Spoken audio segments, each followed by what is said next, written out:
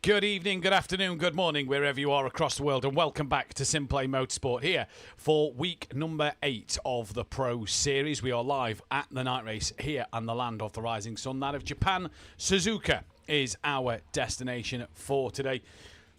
I'm your host, Mathew Duffin, who will hopefully be joined in the commentary box a little later on by that of Wellington Jimenez, who will hopefully be joining me in the box once again this afternoon. But we will see, because I know he's busy this evening, obviously where he is in the United States of America. But what a night we have in store for you today. It's going to be an absolutely fantastic night's worth of action here in Japan. The night race, as we all know, here for the not quite the penultimate round of the season, but we will be there next week at Zolder. Championship standings-wise, as we're in practice session at the moment, championship standing-wise is still relatively anybody's game out there between all the drivers at this moment in time. And if I just take a look at the standings, it is Milliston who leads the way from that of Marinich. Class is P3, but getting closer. Vitas up into 4th. But if you look at the standings at the moment, Class, I'm not seeing on the standings, so isn't here at this. Oh, no, he is. Sorry, he's P7, so apologies, couldn't quite see him there. But he's P7, 1.1 seconds off the pace of the likes of Overtaker at the moment. Great to see Overtaker up there once again. Patrick Leger, who's retired from the season. He's not really, he's just on holiday. He's sitting in P5. Pletisek is 6th from Mike Matthews in 7th. Alexandrov is P8 from Richie Michelle 9th. Michael Harris 10th from Dan Davis. Mackenzie from Ludovic. Sokolov, Overtaker. McGowan, Ami Gender. And then it's Brandon Williams, Sots and Ben Rook who can no longer win that Platinum Championship. In gold, it is Tom Cardno leading the way, 11 points clear of Matthew Wright. Hibbs is 3rd place from Miga, with John Goudet, Sam Williams, Benny Varga, Prestige, DeCourt, Piras, Herendich, Vasic, Gary Leach. The only driver who cannot win that one is Gillies. And in the Teams Championship, it is the BSH OZ Racing, who are well clear of Greasy Bandits Racing at the moment, some 160 points clear at the minute. Balkan Esports just behind Greasy Bandits Racing, so that gap's getting closer for 2nd place. Team SPR are running P4, but obviously they're down a driver for the rest of the season. SimPlay Racing are 5th from 4Dave Racing, Team GBR, Richie's Course, Balkan SimHub, MMS Racing, Quantum Motorsport, and then we've got MSA Racing, the first team who can't win it, Sleepy Lizard, MSA, which is Brandon Williams on his own, BSH Spinners, BAL Racing, who can no longer win the championship this season. So we are here at Suzuka, and we can get the screen flicked over for you now so you can see the practice session. I ought to put my camera on the monitor to the left of me here, because then you'd probably be able to, I'd be looking at you instead of looking away from you the majority of the time in this session. But good evening to Chris DeCourt in the chat, not here tonight sadly. Rob Smith, good evening to you, and to Neil Broom as well. Very good evening to all of you out there.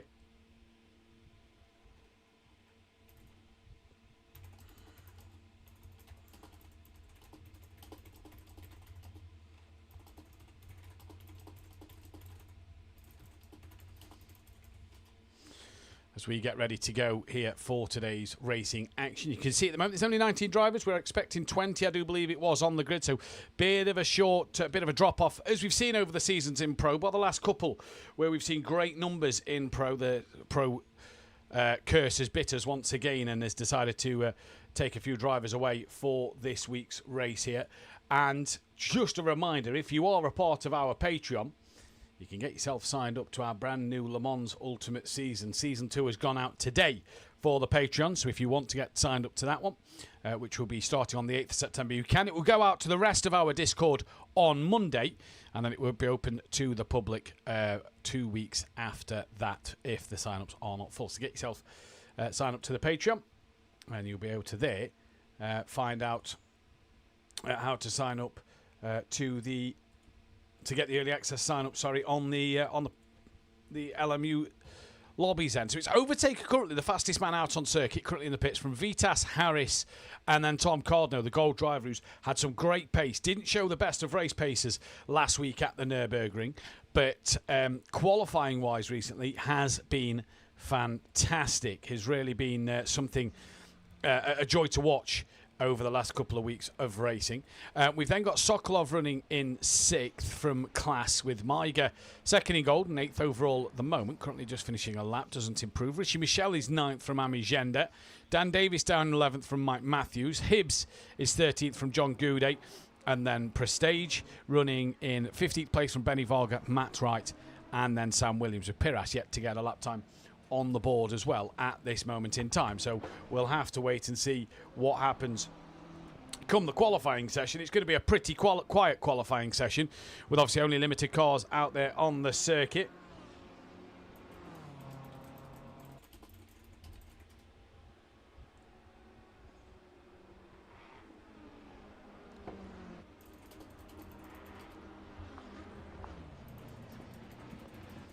Sorry, I'm just having to message somebody in a minute.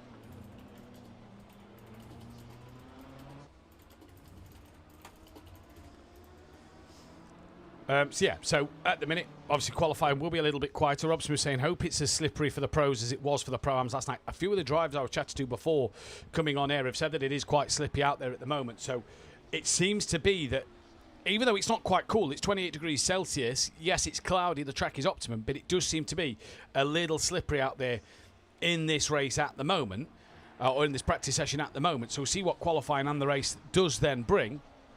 But obviously we had over 30 cars last night. We're down to 19 here for tonight. And obviously we go to Zolder next week for Zolder, and then the Donington Decider in 2 weeks' time to finish the season. If we didn't have to cancel a couple of weeks ago because of server issues, the Nürburgring race, this would obviously be Zolder this week. Good evening to Al Capara in the chat. Hope you're doing well, buddy.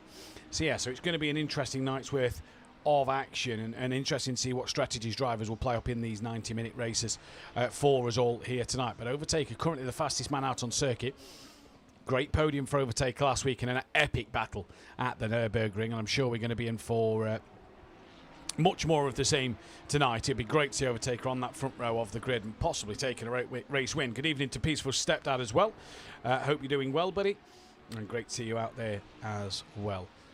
This evening, everybody in the virtual grandstand getting ready to tune in some fantastic night racing action here at Suzuka, as Piras has just had quite the moment there.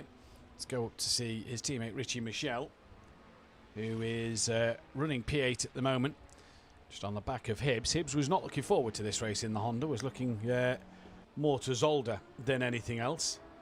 But he's here tonight, and he's going to try his damnedest to get as many points as he can to try and claw some points back, as Richie Michel and his teammate actually make contact with each other as they both went wide at 130R, and Richie Michel ends up bouncing off of the walls a little bit. Sokolov coming down the start-finish straight now. We'll keep our eyes on the Ferrari man for a moment here then. But 2.7 separating the field. 1 second separates the top six.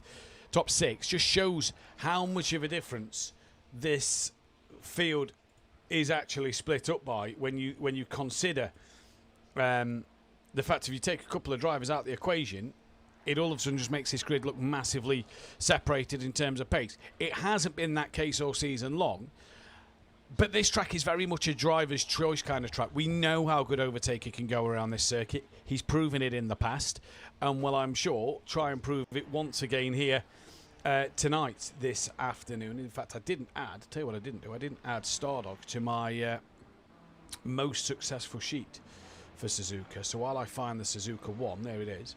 Overtaker here, 2 poles, 6 race wins. That is how much Overtaker enjoys racing around this circuit. So it just goes to show that Overtaker is somewhat of a Suzuka specialist here tonight, and look forward to seeing what he's going to be able to do as this night does rage on a little bit more. Then obviously Keenan Stardog last night, great pole position and race win. Who's the next best, most successful at this track? Will probably have to be O'Reilly. 3 poles and 2 race wins here. Dan Davis, the 10-time champ, he's taken 3 poles, 2 race wins as well. So Gray Langley, 1 pole position, 2 race wins. So all good for them drivers in this one at the moment. But we'll see what they can do as this race does move forward.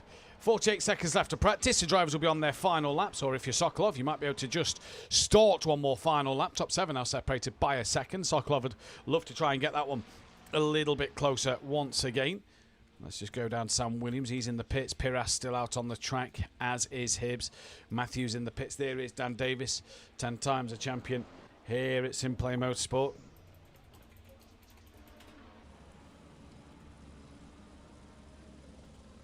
So see what Dan can do. Rob Smith, I think a lot of us love racing here, just not at night when there's no grip. I'm not the biggest fan, Rob, if I'm going to be honest with you. I much prefer Fuji over Suzuka. I just think it's that little bit wider. It gives you that little bit of something different, and just really allows you to just battle each other a bit harder. I feel here, and don't get me wrong, the historic legendary status of this circuit, fully appreciate why, but I just feel like here it's got too narrow for the modern day GT3 car, for the modern day race car in general. It's just got a little bit too narrow and it's difficult to overtake, which yes can provide great entertainment in other ways, but I'd much rather somewhere like Fuji where you can have a great wheel-to-wheel battle and you know, exchange places every now and again. Overtaker has finished his session. He didn't improve. Hibbs is coming towards the line, down in 13th place. Sorry, not Hibbs, Harris. He stays P3. Looking good, Harris, tonight. The Lexus of Bettison and Johnson looked pretty quick last night as well. They looked really good last night. So we'll see what they can do here tonight in this session. Good evening to Gary Clarbel, as here comes Dan Davis, about to finish his latest run out there on the grid at the moment. Currently down in 11th place. We'll come across the timing line. And is there any improvement from Dan Davis? Yes, there is. Enough to go up into P4 as well, meaning that the top 8 are now separated by a second. And we turn our attention now to Ian McGowan, who's going to come through.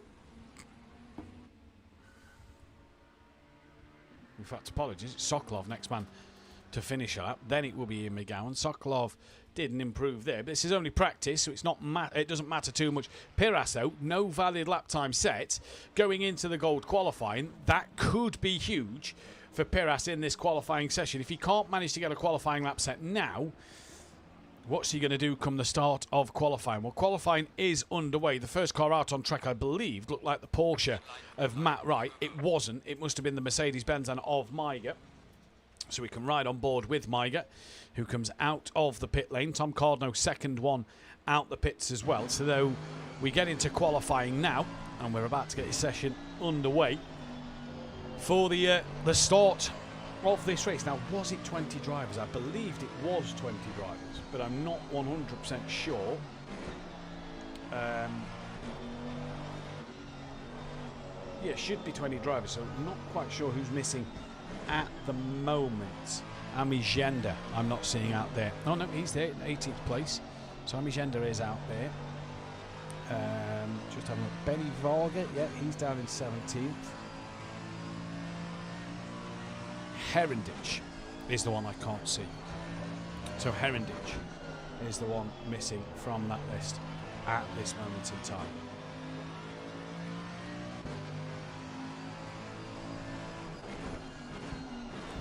So we'll see what happens as we move further forward in this qualifying session then. And we'll see who will be able to do what here at Suzuka today in qualifying then in this race for the final time this week, and obviously the third to last week of the Pro Series as well. Obviously, it's older the penultimate round before we head then to that of the Donington Park Decider, which should be a cracking end to the season as well, by the way. Should be a real good end towards the championship in what has been a fantastic Pro Championship all season long. It's really been an amazing championship to be a part of this season. Been really tight.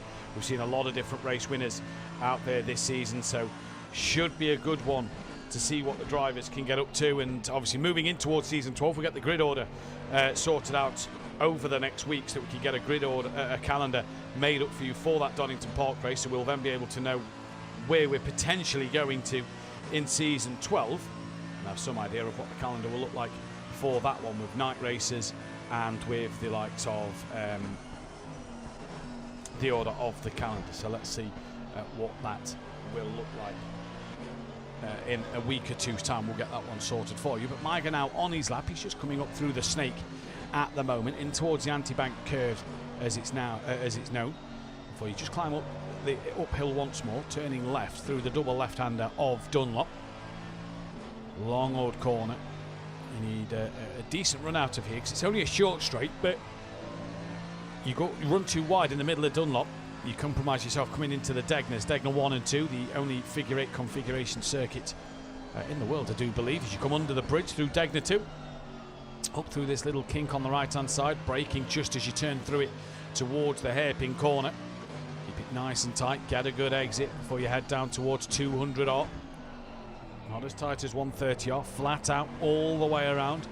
Really long corner. And again, another crucial one to make sure you don't just dip a wheel onto the grass or understeer a little too wide. You need a good run into Spoon, overtaking opportunity there, heading into the double left-hander of Spoon. Very tricky corner. This is where we've seen a lot of the grip really affect drivers. This and Dunlop have been the two parts of the circuit where grip has been at its worst. Down out to Spoon you go, towards that now of 130R.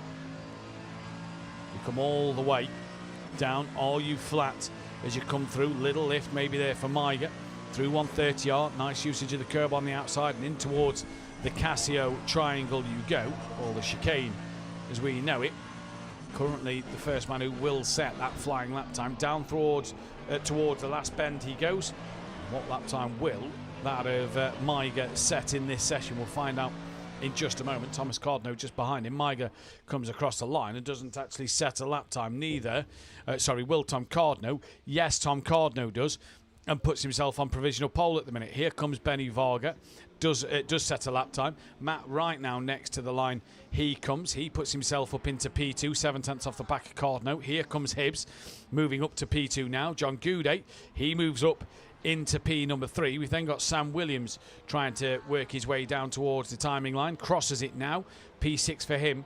1.6 off the back. The 721 of Prestige is still out there. Piras in the pits. Hasn't got a lap on the board yet. Hasn't come out the pits either. And that's because he's got a qualifying ban. So Piras on a qualifying ban here then. We'll have to wait to get through qualifying once again in this, we'll be starting from the back of the grid in this session to try and work his way through the field as best can, but didn't get a lap time set in the free practice session. So crucial that he gets lap time set, crucial that he gets some good racing done, because if he gets too many track limits, that's going to then just cause him to have one or two issues in terms of that drive-through penalties and such. We saw a lot of stop-go penalties last night for drivers as Prestige goes to the top of the timing board here. Then Maiger coming towards 130. We saw a lot of stop-go penalties last night for drivers, and yeah, that caused it to be a little bit strange, and I know why the commentary is out of sync. That should now hopefully be sorted, Rob. It should now be coming through in sync with each other. But we saw a lot of stop-go penalties, all for speeding in the pits. I don't think we saw a track limit penalty at all for, for taking the track limits for a drive-through penalty or a stop-go there. So I do believe that everything was just stop-go penalty for speeding in the pit lane. As Maiger comes across the line, still doesn't get a lap time on the board. Tom Cardno tried to find a bit more time. 3/10 he is back on pole position now as he's gone back ahead of Prestige. Benny Varga was invalid. Here comes Matt Wright. Stays down in P5. What about Damien Hibbs? Currently 3rd place. Doesn't improve. John Goudet looks to improve. Finds a couple of attempts. He set the exact same lap time as Damien Hibbs, but doesn't move up, and he stays in P4 at the moment. So not what John Goudet would have wanted here in this qualifying session. He'll want to be working his way further forward because John's now missed last week. That's now put Goudet on the back foot in this championship in terms of the fact that the week he missed the other week would have been his drop score of 0. Now he's got 2 scores of 0. One is drop score and one not. Bearing in mind this is the final weeks of drop score. So John wants as good a qualifying and as good a race results as he can possibly get to keep himself back in championship contention here. As towards the line now comes Prestige in this qualifying session. Can he get a better lap time on the board? No, he can't. Stays P2, 3.5 tenths off the back of Thomas Cardno as we turn our attention back to Maiger. And the thing to mention as well, drop scores last week for them. So the drop scores here are final week. So if drivers have a bit of a bad week, although there's less cars on the grid, so even if you have a bad week results-wise in terms of your rivals in class, it might not be too bad in terms of the fact that you've got... you're still going to score good points because there is only 19 cars out there on the grid. Here comes then that of Maiger towards the line. Will get another run in. Everybody should get one more lap in, which will mean that the pros should come out on the circuit quite comfortably behind the last gold driver, that of the 721 of Prestige. So hopefully that will be the case. Here comes Maiger, though, towards the line. Currently down in 10th position. Crosses the line now, moves up into 3rd. Only 3 tenths off the back of Thomas Cardno, who can't extend his pole position gap there. We've then got Benny Varga towards the line before Mathew Wright. Can Benny Varga find a couple of tenths to move himself ahead? No, he can't. What about Matt Wright? Improves up into P4, 6 tenths off the back of the pole position time. Hibbs doesn't improve. John Goudet, he improves big time up into 4th, ahead of Matt Wright and that of Damien Hibbs. So just needs to get a little bit closer to Tom Cardno in terms of getting some points over the championship leader. Sam Williams moves up 7th. Tom Cardno is done, so will not improve here in this session. And the 721 of Prestige now is coming round towards 130 to possibly start his final qualifying time. I say possibly, comfortably start his final qualifying time, because there is 10 minutes 54 still on the clock. He's got 54 seconds to get to the checkered flag line and be able to start that final lap. So the platinum drivers will be nowhere near the back of gold in terms of qualifying. So that'll be good for them to be able to get their tyres up to temperature. We saw last week that I think it was Class as Prestige is actually going to pull that one in. He is going to be done, so will not improve. Could have got that final run in there, but hasn't. So sadly for him, we'll have to sit and wait to go better a little later on then. So let's wait and see what will happen.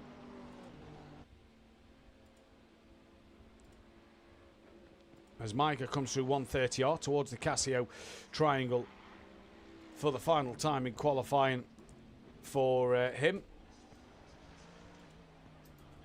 And has Maiger got enough done to move up another position in this one? He only needs a couple of hundredths to get ahead of Prestige, a couple of tenths to move himself up the front row of the grid ahead of Thomas Cardno. As you can see, the platinum driver is just coming out the pit lane, and Maiger stays exactly where he is. Benny Varga's done it in the pits. What will Matt Wright be able to do from this position now? Holds it tight towards the pit wall. He's going to keep it tight as he possibly can. 6 tenths, needs 2 and a bit tenths to get ahead of John Goudet. Does he find it? He finds 3 tenths and goes up into 3rd. So jumps ahead of Maiger and John Goudet, who is in the pit lane. Hibbs is also done.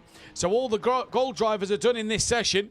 Class is the first man out there on the circuit at the moment in platinum. And Matt Wright left it to the very end, but moves himself up to 3rd place. But Thomas Cardno, once again, just extends that gap in this qualifying session here. And will just give himself an extra point in the championships. It becomes 12 points now between Matt Wright and Tom Cardno. It is as well 50 points, or 51 points now, sorry, between Hibbs and Cardno. It is then 113 to Maiger and Cardno, and then 126 to Goudet and Thomas Cardno there then. So big gaps. So we'll see what happens. The bonus for the likes of, in fact, everybody, I think, today, bar Heronditch, Vasic and Leach, should still be able to be in this championship fight. Right then, Class is coming towards the final corner to start his first flying lap of the evening. Welcome in, everybody. Welcome into the virtual grandstand. Hope you're all doing well this evening.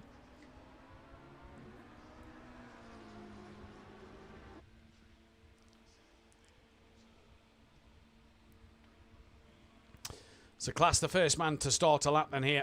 Harris is well behind. He's only just coming through Spoon. So Michael Harris has came out the pits late here and has obviously chosen to try and get a good amount of clean running in this qualifying session, which I quite like from the Lexus driver. Lexus looked a strong car last night in Betterson and Michael Johnson's hand before dramas that they got caught up in throughout the night. But this could be an interesting race, this one, for sure, here for the Lexus driver of Michael Harris.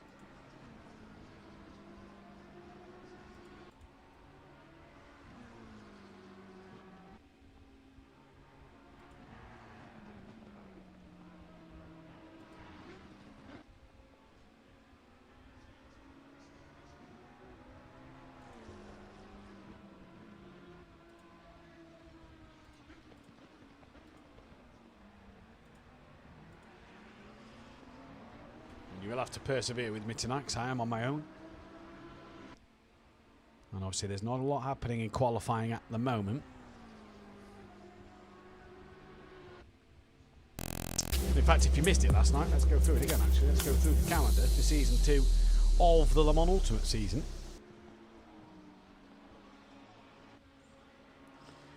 In which looks a little like this. Interlagos, Season 2. On the Tuesday evening, Interlagos will kick us off for the first race of the season this year.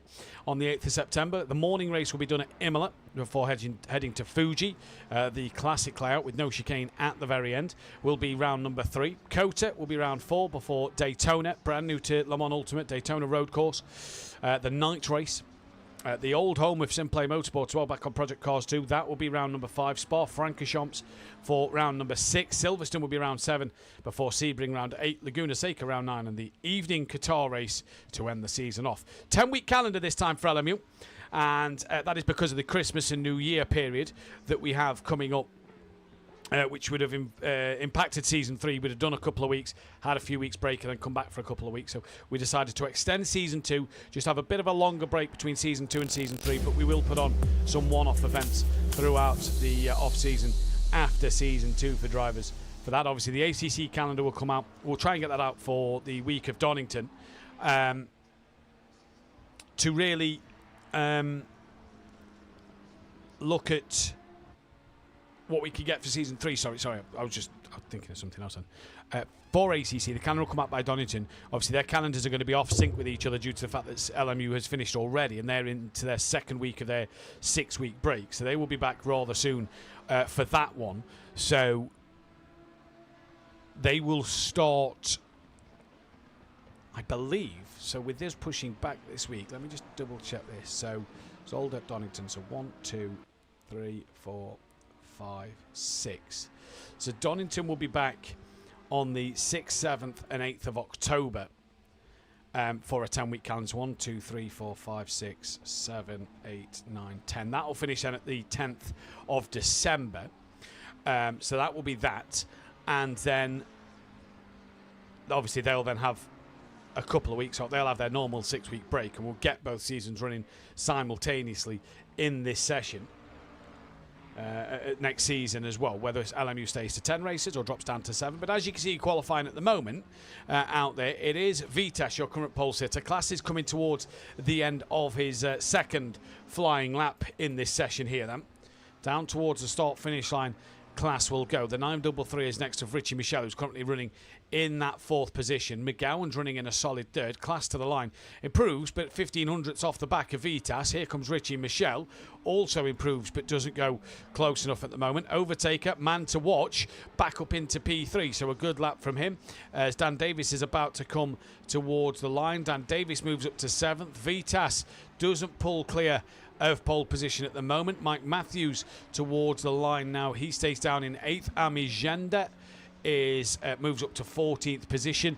McGowan then is on an invalid lap, as is Michael Harris, the Lexus driver, yet to get a lap time in on the board. Very quiet in the virtual grandstand tonight, so I hope you all are doing very well. But Klaas is currently the man. Will be the man to next set a lap time, because Harris is on an invalidated lap. In fact, is he? Because sometimes I know it shows up as light blue, even if because they've not done a valid lap yet. Harris towards the line, and yes, must have been on an invalid lap. So we'll keep our eyes on Klaas here in this session at the moment.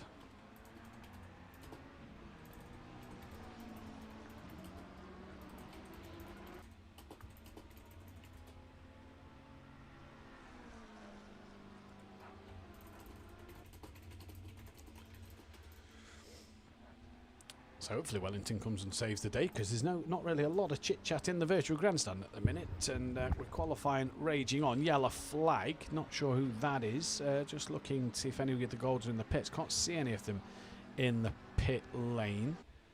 That might be why there is the yellow flag. It's Prestige, who's actually not been registered as in the pits, but obviously currently sat in there at the moment. Right then, Klaas coming towards the final couple of corners now, and we'll see if Klaas does improve on his current lap time as he comes round the last bend and down towards the start finish line he goes.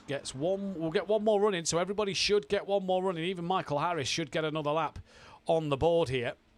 And here comes Class, stays exactly where he is. What about Richie Michel towards the line? Stays down in P6. Overtaker, who's looking to try and take pole position once again. Doesn't, stays where he is. Sokolov to the line. He moves up into P6. Dan moves up into P5. Can Vites extend his pole time? No, he cannot. Mike Matthews down in 9th. Can he find a way through? Look at there's 3 cars between Cardno and Prestige at the moment. Mike Matthews stays where he is. Ami Genda moves up in to P number 9. The 64 of Ian McGowan towards the line. Finds an improvement, but stays down in P4. Michael Harris yet to get a lap time on the board. Well, he's got 2 laps. He's going to have this one and one more. So needs to make sure he gets a lap time in to not be starting dead last on the grid. And here comes that of Michael Harris now. Down towards the start-finish line he goes. Crosses line and straight up into P4. Just under a 10th and a half. So what a close qualifying this is out front. Top 4 separated by a 10th and a half here. And Richie Michel is on an invalid lap. So Richie Michel might be done for qualifying in this one. But Class will be the next man to set a lap time here then.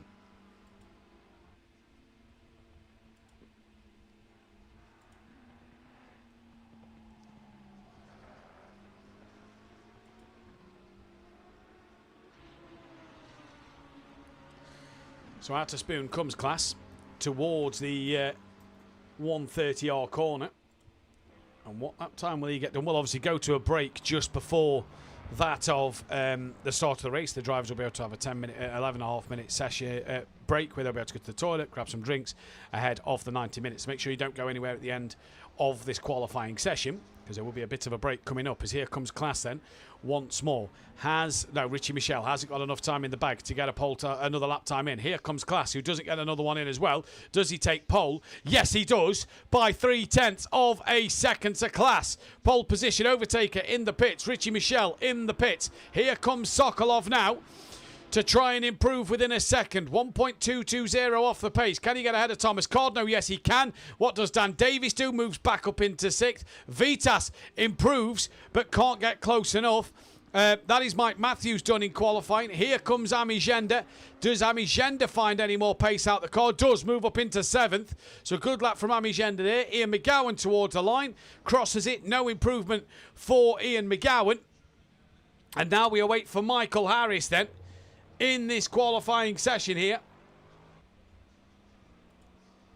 who now needs 4.5 tenths to try and take away this pole position from Class, who's left it till very, very late in the session and nearly did it within 67 thousandths of a second, but sadly lines up in second place on the grid. Michael Harris, take a bow, because that was a fantastic lap. To say he only got 2 qualifying runs in, absolutely brilliant from him. And Class just taking another pole position to move himself one step closer to that championship title. We, though, while the qualifying time ticks over, are going to take a very quick break. We'll be back in around 11 minutes' time with the start and the whole live action of the 90-minute race. So don't go anywhere while we go and grab it.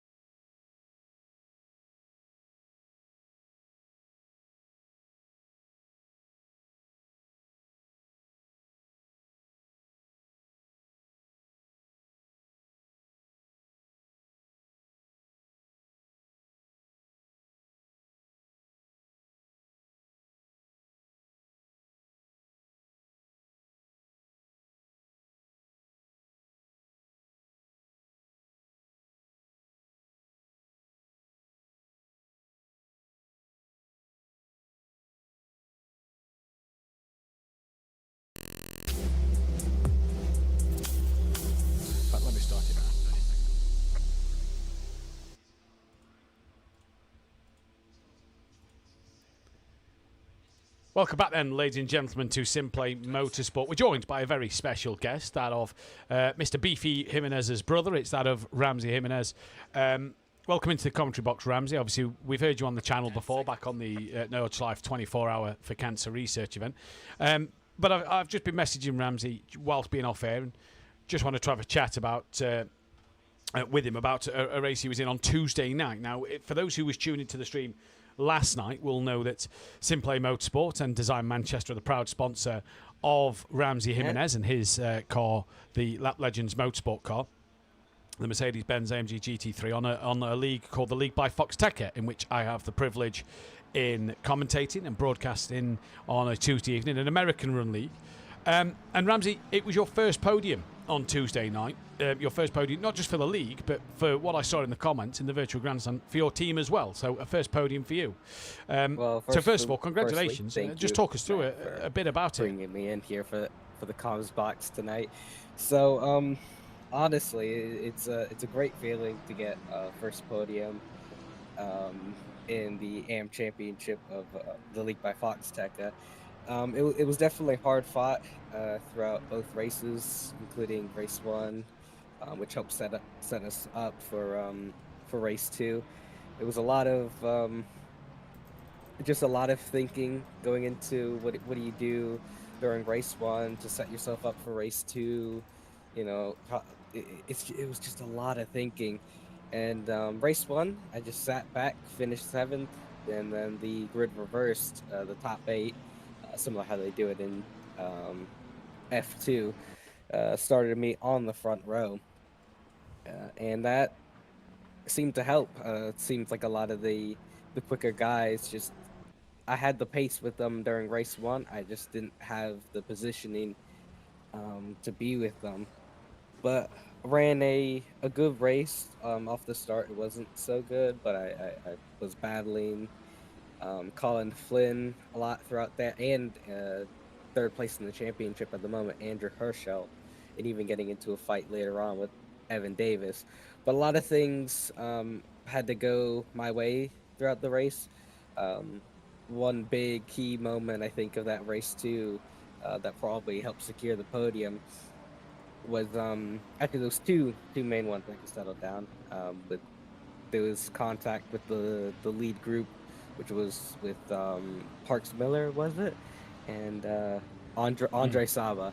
Both of them collided, and it gave me the opportunity to come back, pass Andre, and then later on, when Evan Davis stormed by, and Colin Flynn had a spin collecting Andrew Herschel, and then from there on, it was kind of just don't crash, and just telling myself, don't crash, you know, you got this.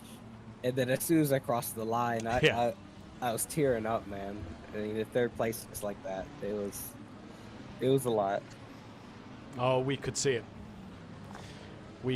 Well, we are coming towards the end of the formation now. If you want to tune into the League by Foxteca, do so on a Tuesday evening, midnight UK time. It starts where Ramsey will be on the circuit, and the likes of Tanner Nebo, who you've heard in the commentary box, will be with him as well. We've got your home circuit of VIR coming up this week, and then we've got St. Petersburg to end the season next week as well. Both 1 hour long races with limited fuel capacity and a pit stop in between. So if you want to come and cheer along, not only the SimPlay racing car of Tanner Nebo, but the SimPlay Motorsport sponsored car of Lap Legends Motorsport, come and do so. Ramsey, thank you for joining us, because we're going to have to get ready to do this race. But just quickly at the end, anybody you'd obviously like to give a thanks to from that Tuesday night, I suppose. Legends and all the support that has been coming, even from the SimPlay Motorsport side. I gotta say, thank you guys so much. And also Design Manchester, awesome group of people. And I gotta say, let's go racing for the Pro Series, and I'll be watching. Good luck, guys. Indeed. Well, thank you, Ramsey, for joining us in the commentary box. Class, though, comes towards the timing line for to start this race here at Suzuka. Just brakes and slows himself down a little bit there. Might have been out of position just slightly. It's green and go, though, and Michael Harris might have the better getaway than Class here, coming down in towards turn 1. Not sure what happened to Class there, and Harris will lead pretty comfortably going in towards turn number 1. There he goes then. So Harris is through in the lead of this race. Overtaker and Vitas going side by side as Vitas all over the rear bumper of Class coming through turn number 1. But whatever happened to Class there on the formation lap, it has given him a poor start and a poor getaway over that of Michael Harris here in this opener to the race. As we can see them all filtering through in towards the snake. They go now. No yellow flag, so a good clean start from everybody in the field. And now Overtaker looking to try and make a move. McGowan had Dan Davis, who's in fact got back ahead of Amigenda, so not sure what happened there, but Amigenda was ahead of Dan momentarily. Dan's back through on him though, and further down the field there was just a car off. I'm noting Benny Varga hasn't taken to sector 1 yet, so he must have had a moment somewhere or another. Looks okay on the car, but Harris leads from Class, then Vitas, then Overtaker, McGowan, Dan Davis, Amigenda, Richie Michel ahead of Sokolov. Then it is Cardno who leads in gold with Maiga right behind him. Mike Matthews is 12th from Matt Wright on the podium at the moment. Prestige running 14th from John Goudet, with Piras, Hibbs, Williams and Benny Varga down the bottom of the field on his own. But Amigenda was putting Dan under pressure, not so anymore. Richie Michel was also under a bit of pressure through the hairpin there of Sokolov. But at the minute, the gaps have just sort of faded out a little bit. This is on board with Maiga, as we saw in qualifying. He's on the back of Thomas Cardno here, though, now. Trying to make a way through. Mercedes-Benz versus BMW M4 as they make their way towards 130 off the first time. Overtaker has got ahead of Vitas, though, either at Spoon or at 130R. So Overtaker moves up into third place at the moment and looking to go good once again. But Harris leading at the very end here to end the first lap of the race with him in the lead. And Harris doing exactly what he needs to do. Class second, Overtaker third, Vitas fourth, McGowan fifth, Dan Davis in the pits already. Amigenda moves up to sixth from Richie Michel, Sokolov, Cardno, Maiga, Mike Matthews, Prestige, Goudet, Piras, Williams, and Matt Wright and Hibbs also into the pits. Varga stayed out on the track as well, and Williams was actually attacking the back of Piras there. Piras must have made his way through this time around, as we've got Maiga still hassling the back of that of Thomas Cardno at this moment in time, as they all come through the the snake section of the circuit. So Dan and Matt Wright going and opting for that early pit stop once again, and Damien Hibbs has followed them in here to obviously just kind of copy that strategy almost.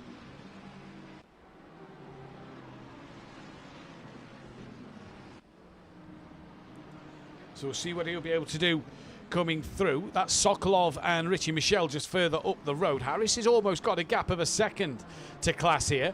And look at that, Dan Davis and Hibbs and Matt Wright all out the pits. Hibbs has actually jumped Matt Wright in the pit lane there then. So Maiga just ahead of Mike Matthews now. He's fallen off the back of that of Thomas Cardno. John Goudet putting some pressure, or a little bit of pressure, on that of Prestige. This is running on board with John Goudet then. Coming down through 200R, he comes for that second time, sorry. And he's going to try to work his way through.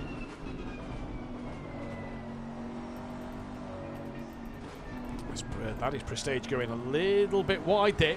And that's opened the door for John Goudet. Doesn't need a second invitation. Still side by side together though. Not quite got the move done, has Goudet yet. But the Mustang and the Bentley, good straight line speeds on the pair of them. John's got that inside line coming into 130 door. They just rub doors a little bit there. John turns in. Prestige runs a little wide on exit. And John now gets the move done. So Goudet up into the 12th position. Overtaker on the back of Class here now. Then out the last bend. There you go. This is Overtaker coming down towards Class. Class has gone defensive early doors. And we'll see if Class can try and make the move. Sokolov into the pit. Overtaker's going to look the long way around turn number 1. Matthews and Prestige also into the pit lane then. So that promotes a few other drivers in this race. And Class manages to stay ahead of Overtaker for the time being. Miger right back on the rear of Thomas Cardno since the pressure of Mike Matthews is now gone. John now moves up into the top 10 due to the other drivers being in the pits. Hibbs has got Matt Wright for company at the back of the field. All these guys into the pits.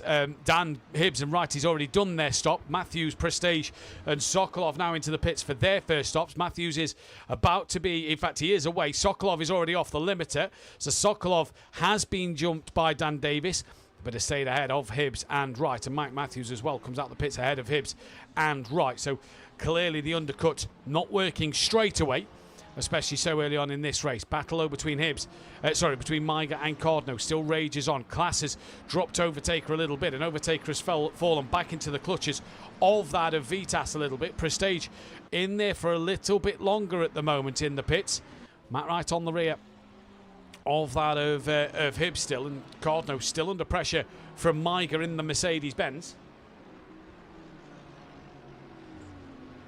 As Prestige now out the pit lane, some way behind though at the moment. As what's happening between Overtaker and Class. Overtaker getting closer once again. Harris was 1.4, gaps down to 1.1, and Overtaker right on the rear of Class now.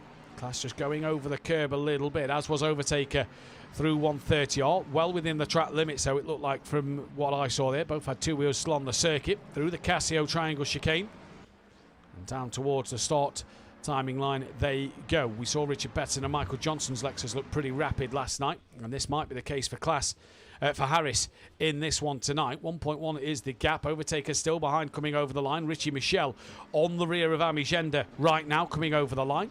Is he going to look to make a move in towards turn one? No, not close enough. Cardno still has Miger sat waiting in the wings. Piras gaining on John Goudet a little bit more as well, as Sokolov trying to gain on Dan Davis. And further back, Matt Wright has lost a bit of time to Damien Hibbs in this one at the moment. So Wright has been jumped by Hibbs in the pits, and that is not what he would have wanted, as Overtaker coming up through the snake once more into Dunlop now. And Harris has just opened that gap up. It looks like a little bit more coming through into Degner 1.1. So no, gap's maintained roughly the same at the moment.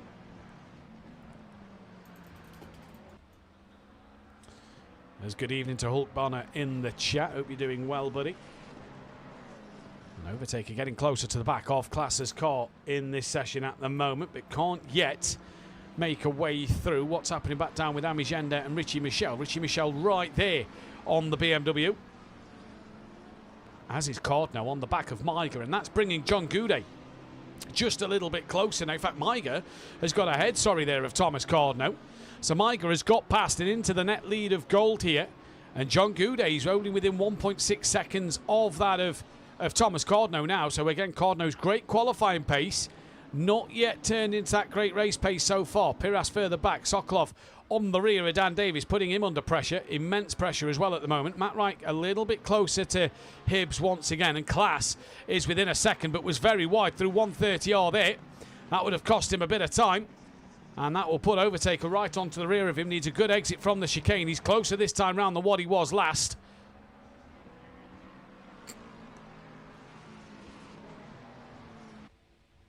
And Hibbs now, with Overtaker crawling all over the back of him, coming down in towards turn number one they go. Going defensive is Class. This is going to allow Harris, look, 1.2 seconds. The gap once again. Overtaker just running onto the curb on the outside. That would have just slowed Overtaker down, because he wouldn't have wanted to lose any positions there, as Class slides into the first part of the snake, bringing Overtaker right back onto the rear here.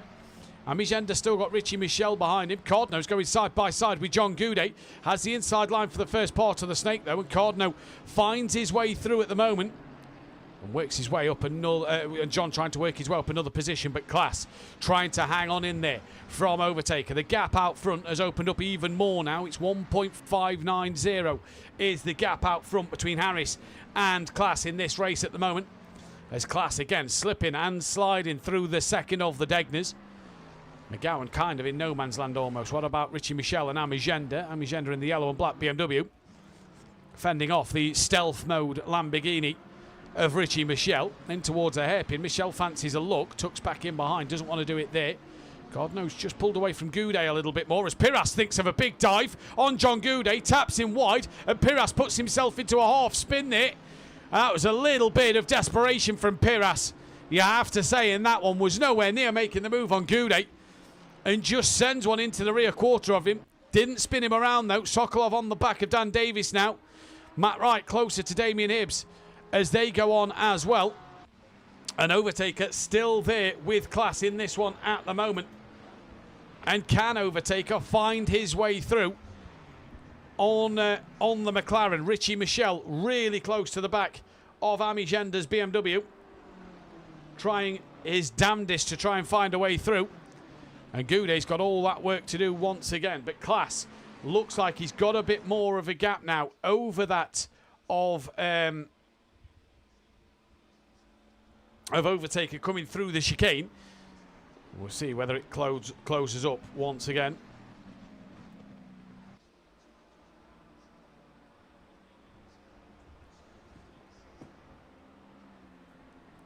It does a little bit, and Overtaker's just brought the gap back down, and class has also brought it down to that of Michael Harris at the moment here. Richie Michel side by side with Ami Gender through the snake. Tries to get the move done, can't do so there though. But went side by side, took the gamble at a tricky section of the track. Sokolov coming through the last bend on the rear of Davis. Matt Wright's fell off the back of Damien Hibbs a little bit then, so Matt Wright's had a moment somewhere. Rob Smith, Lambo into the Bentley, is like a fly hitting a wall. Indeed it is. Don't ask Dan about a Bentley hitting a Lambo at Zolder though. Don't bring that up to him in the Discord. Overtaker within half a second of class. They've both caught up to Michael Harris a little bit more also here, and are just trying to keep on the back of Harris. They know that when they start fighting, Harris is able to stretch his legs. The pair of them have, though, pulled a 1.3 second gap over Vitas at the moment, and have managed to extend that gap as this race has gone on.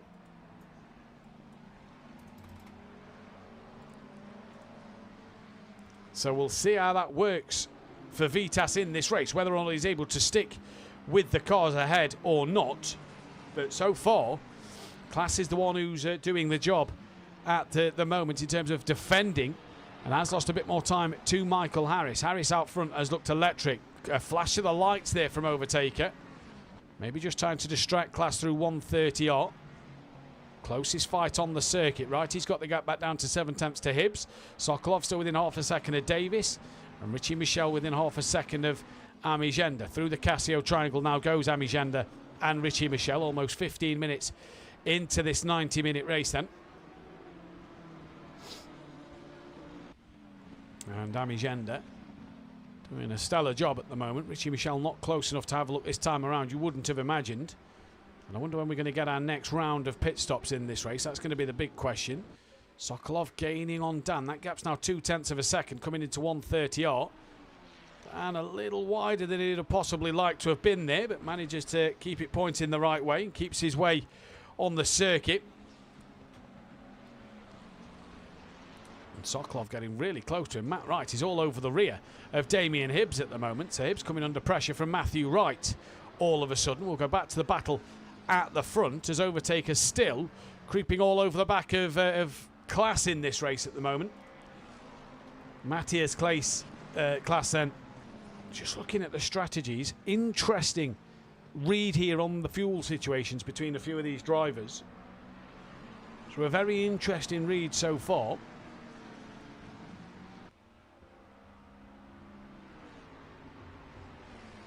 Right, we'll keep our eyes on that one. That could be an interesting read indeed. Good evening to Caitlin in the chat. We're doing well. As Through Spoon comes out of class once more. Overtaker on the rear of him. Oh, big wiggle. Big wiggle for class there. Just as he tried to power out, a Spoon has a massive moment on the rear end. Overtaker, though, starting to capitalise now and closing as they come to 130R. Pulls out to have a look. Doesn't go for it. But Overtaker just showing the nose. Class and having a few moments. This is allowing Harris to just escape up the road that little bit more here.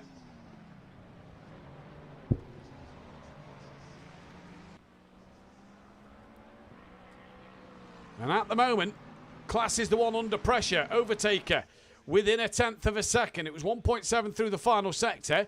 Gap is now 1.8. Is this overtaker about to look for a move? Thinks about it, tucks back in behind and doesn't do it though. Waits patiently there. Now tucks underneath because Class has run him a little bit deep. Overtaker's through with a bit of contact. Class with a flash of the lights, but Overtaker now up into second place.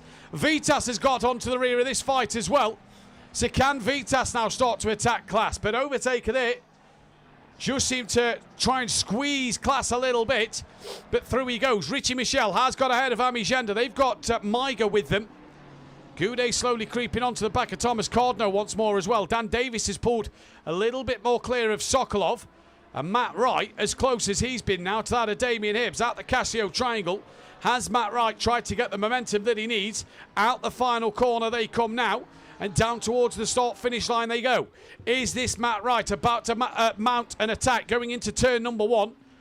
Prestige is pitted, but he's nowhere near the front runner at these two at the moment. And Matt Wright stays exactly where he is. Ami Gender now coming under pressure from Maiga in this race. Goudet's within 1.2 of Thomas Cardno. But out front, Class, who's being dropped slowly by Overtaker, has got Vitas creeping on to the back of him in this one as well. So an interesting little battle out front already. Oh, again, another wiggle for Vitas. Not Class this time, but Vitas has a moment. Class still there with Overtaker. We'll see what the gap is as they come through the second sector time then. Half a second with to Class Overtaker, half a second Class to Vitas. Richie Michel still, in fact, no, he's long gone from Ami Gender. Ami Gender's really under pressure from Maiga at the moment. In towards 130 on, now hard into the chicane on the brakes. There you go. Maiga not close enough at the moment. Goudet's lost a bit of time to Thomas Cardno. Dan's pulled away from Sokolov now, and Matt Wright, well, he was within 0.2 of a second last time around at this stage. He's now 0.8 of a second back.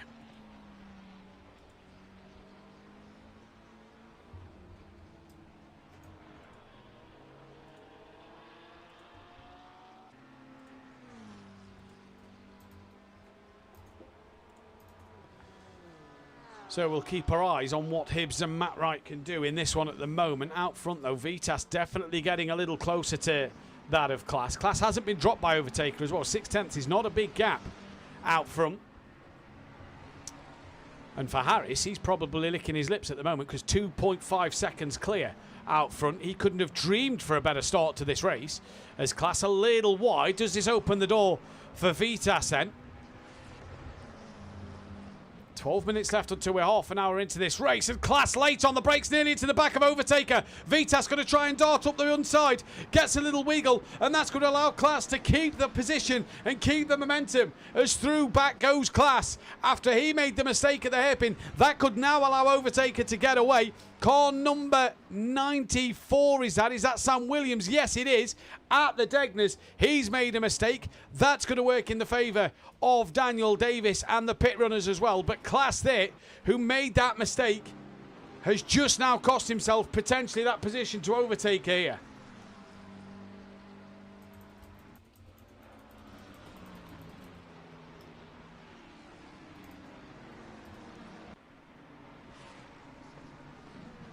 .3 seconds the gap now between Overtaker and Class. So it hasn't helped in Class's favour at all there then. And now Overtaker can set his sights on chasing after Michael Harris in this race as down the field once more. Ami Gender gaining, still trying to fend off that of Maiga, 0.6 the gap. So it's not massively close there between these two at the moment.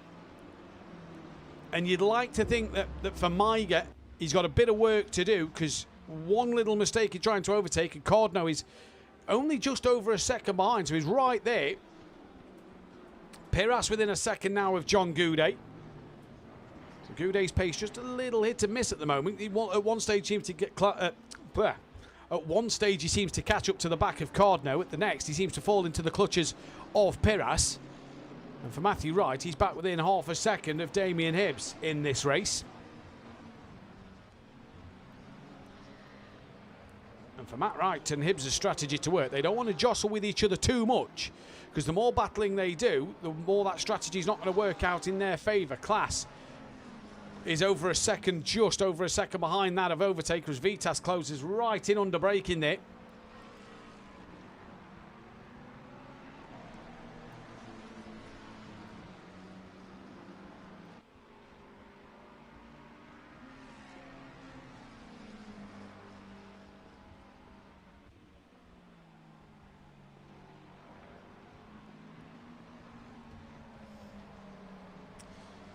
Class coming through, no wiggles through Spoon this time around for him. What about Amigenda? Pulling away a little bit from McGowan now. Piras within 6/10 of John Goudet.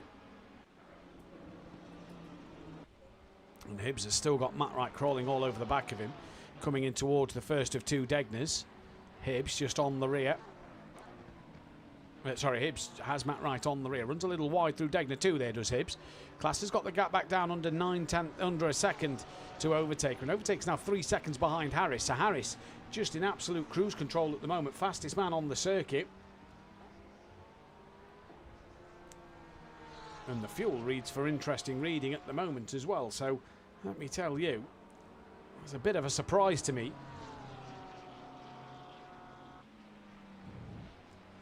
As Ian McGowan, that one isn't the surprise for Ian McGowan, but he's in. 21 minutes into this race.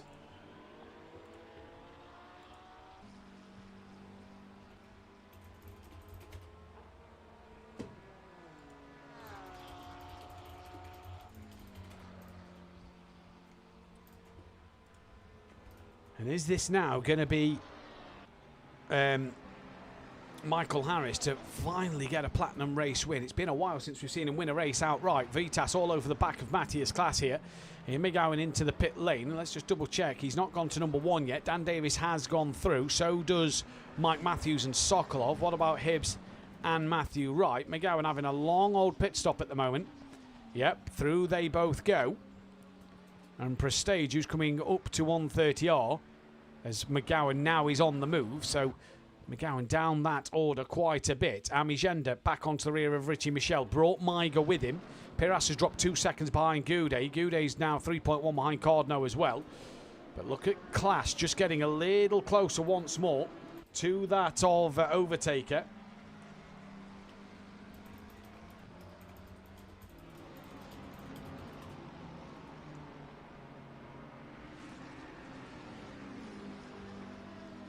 Down into 130R. They go for the 10th time of asking. The gap just drops back over a second between Class and Overtaker. Overtaker loses 2 more tenths to Michael Harris this lap as well. So Harris absolutely cruising out there. Paddy Leger should go on holiday more often, I reckon. Just joking, Patrick. Hope you're having a nice time if you're watching in the stream. Vitas right there, just cannot get close enough to make a move. Richie Michel 14 seconds behind this fight. Has got Amigenda right on the rear of him now as well. So Amigenda really putting Richie Michel under pressure. Want to wish, I don't know if Laura's in the chat as well, but one of our long-term viewers, obviously Joseph Bates, one of our former racers. Want to wish Laura Bates a happy birthday as well. So happy birthday to you, Laura. Out there in the virtual grandstand if she's watching. Long-time viewer of the stream, obviously cheering on her son Joseph Bates in the LMU seasons and previous ACC and Project Car seasons of the past. So Maiga sticking with Amigenda, who's gained onto the back of Richie Michel once again. And when do we see the next round of pit stops? Matt Wright as close to Hibbs as he's been for a while now, but just not close enough to do anything about it. And what has happened to Class? Because he's all of a sudden lost 2 seconds to Overtaker. So has he had a moment with Vitas somewhere? Because Vitas still as close to him as he has been all race. Or since he got overtaken by Overtaker, should I say. But, yeah.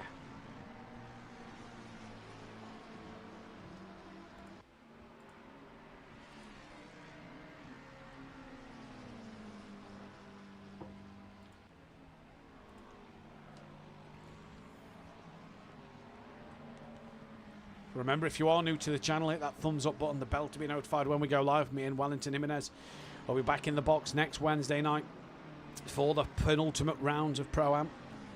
And hit that subscribe button if you can. We are 9 subscribers away from 1,350. What a season we've had across LMU and ACC. What a season it's been for subscribers.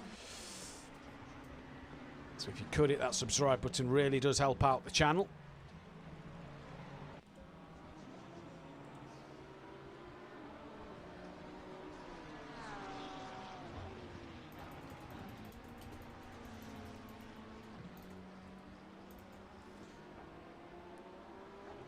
Michael Harris, 3.1 seconds clear now, and I just wonder, with Class dropping 2 seconds back behind Overtaker, if that's going to allow Overtaker the free run to Michael Harris now. This is on board with Vitas then, who is coming up through the snake part of the circuit now. He's going to try to have a look through the banked curve into Dunlop, using a bit of the inside curve there for that of Vitas.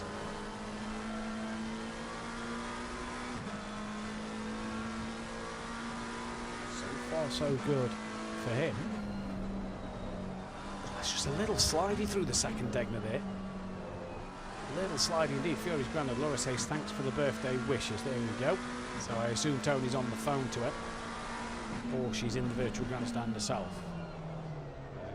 Welcome. Hope you've had a good day. Piras into the pit lane then. So Piras now in. So what does this mean for Dan Davis and the drivers that have pitted behind him, the likes of Sokolov, Mike Hibbs, Wrighty, McGowan and Prestige? Well, Dan is already through. So is Sokolov, so is Mike, so is Hibbs, so is Matt, so is McGowan. And Prestige is coming through the Casio triangle now. So this could be overtaker 3.2 to Harris still, by the way. But this could now be Prestige coming through on Piras. Yes, it will be. 3.3 is now the gap, Harris to Overtaker. And Prestige get through. So Piras drops down to the back of the field. Class and Vitas coming through 130R once again. And they just can't do anything about it at the moment.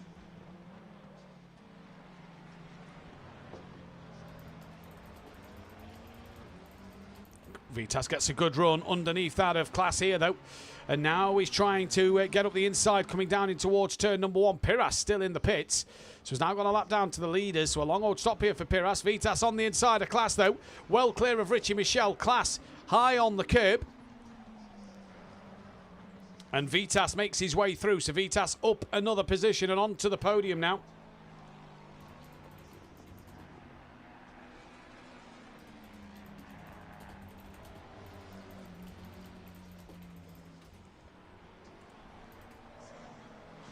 So up another step is Class. Benny Volga now comes into the pit lane. Does Class have an answer to come back here? Because Vitas will be trying to close him down in the championship.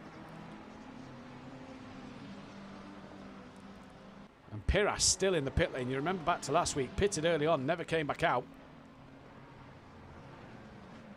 Little wiggle for Vitas on the exit of the corner. Manages to keep it all together. Not as big as we've seen from him or Class just yet.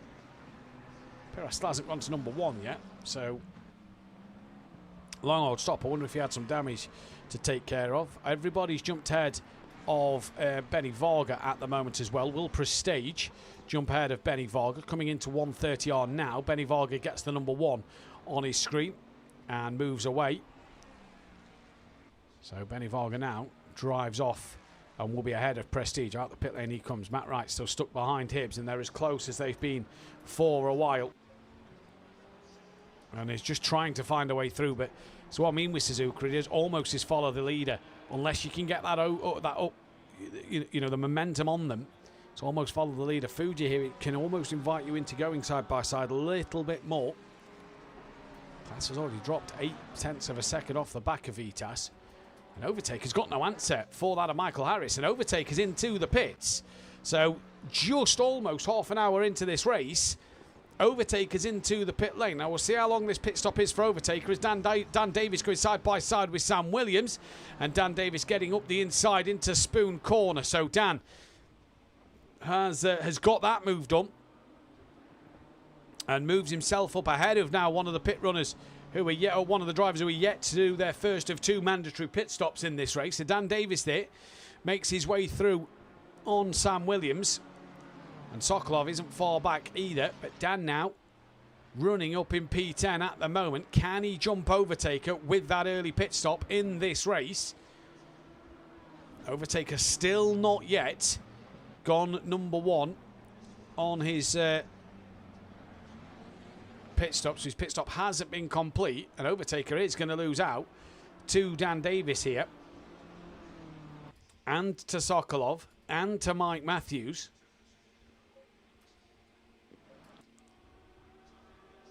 He's away now, he's Overtaker, but how far down the pit lane is he? I believe Hibbs and Matt Wright might get Overtaker here. And where is Overtaker? No, they don't, but they are just behind him. So they don't jump ahead of Overtaker there to them two. Class still within a tenth of Vitas, though, for what is now second place. Piras still in the pits.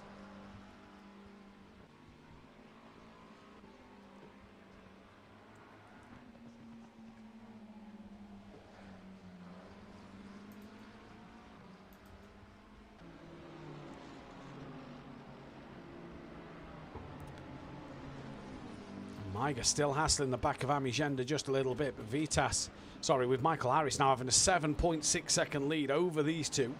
Overtaker's fallen down behind that of Sam Williams, behind Mike Matthews, sorry, who's pitted. So Overtaker's net fourth out of the pit runners at the moment. Who's next to come into the pits realistically?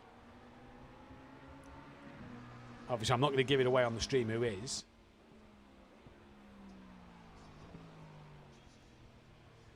Yeah, I think we've got a few laps left yet before we see another pit runner in this race.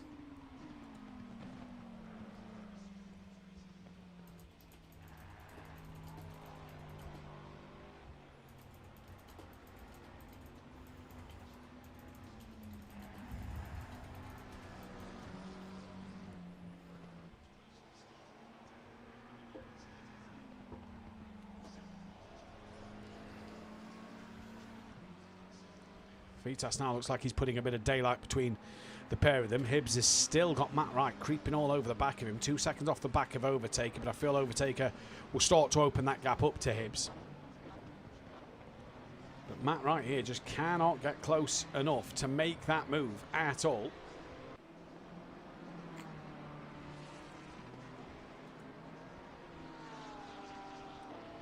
Here at Suzuka today. First half an hour in the bags. That's the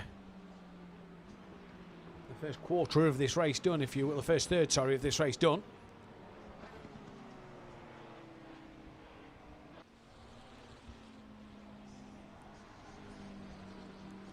Goudet back to within 1.6 of Thomas Cardno. So again, it's just started to pick up that pace as Goudet once again here. This is riding on board with Matt Wright's Porsche. So see where Wright can gain all that time and be closer to the Honda of Hibbs in front of him. You can see, look, through Dunlop, Hibbs just seems to have that better run through Dunlop over Matt Wright. Wright, he just can't do anything about it at the minute.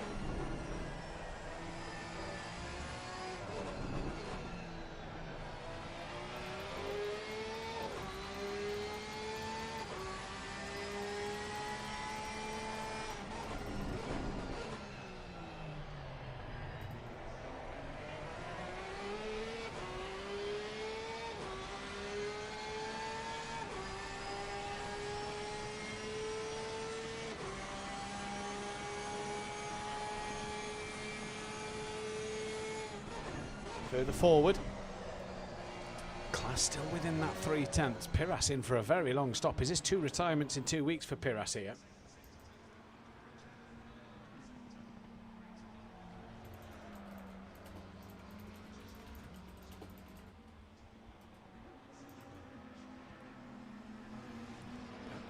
Again, Class just can't get close enough. Class just doesn't look comfortable tonight. Had great qualifying pace. Vitas run a little bit wide there at Degner 1. Just pulling away from Class a little bit this lap. 7.9 still the gap to Michael Harris. Just looking in terms of last lap times. Michael Harris, a couple of hundredths slower than Vitas and Class, but with these two battling, he's able to just extend that gap a little bit more. What's Overtaker lapping? Not seen a true representative lap, so we'll wait for that to update after he's crossed the line. And we'll see what that one will be.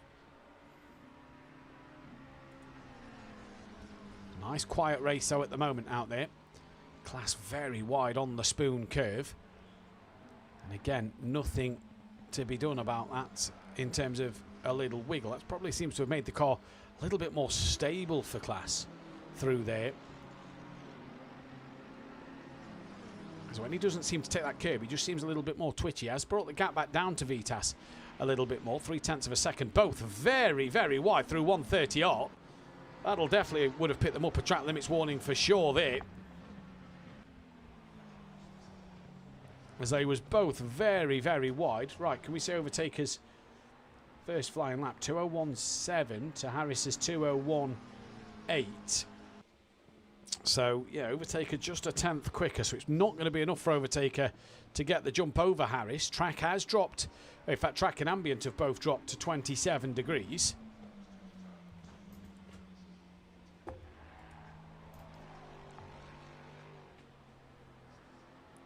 Maiga just can't get close enough to Amigenda. In fact, he's dropped back over a second. Richie Michel is now the one coming under pressure from Amigenda. Williams coming under pressure now from Hibbs and from Matt Wright. Williams, remember, hasn't yet pitted.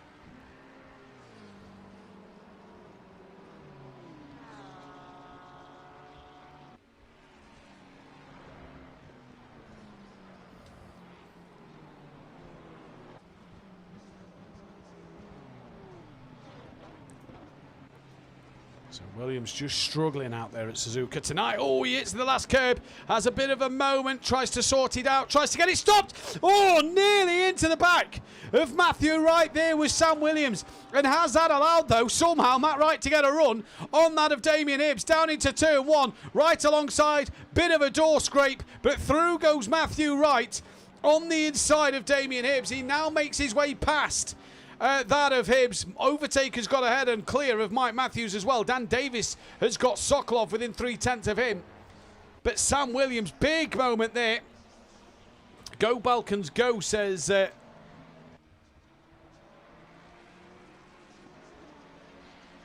believe that's Amy GT 94, 994 in the chat, says go Balkans, go. Welcome in to the channel.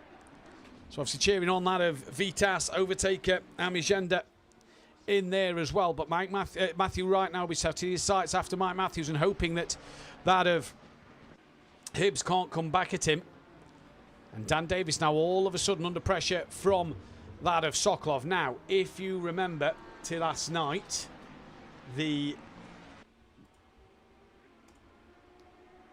pit stop times here for 1 litre of fuel will cost you 35 seconds. For tyres, it will cost you 62. So Tom Cardno in. Dan was only 20 odd seconds behind that of John Goudet.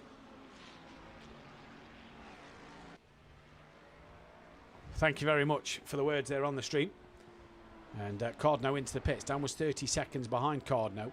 Piras still into the pits. That seems to be a retirement from Piras there. Here comes Harris down towards... here comes Davis towards the line. He's pulled away from Sokolov, so must have made a mistake somewhere, and that's how Sokolov got back onto the rear. Matt Wright still got Hibbs right behind him. And they've got Ian McGowan coming for company as well. Cardno has just turned over to the number one. All these pit stops left to do, so he's still got one pit stop left to make. And is this now the opportunity for Matt Wright to possibly get ahead of Tom Cardno? Don't know at the moment, because Tom Cardno comes out in front. So Cardno stays ahead of Matt Wright in gold. Favourite car to drive? Are we talking on ACC, Uncle Mike? Or what are we talking there in the virtual grandstand? What sim are we talking there? Because I've got a few favourite cars to drive on ACC, although I've not driven ACC for a very long time. Recently, as Hibbs now coming under pressure from Ian McGowan. McGowan obviously was running up in P5. Whichever one.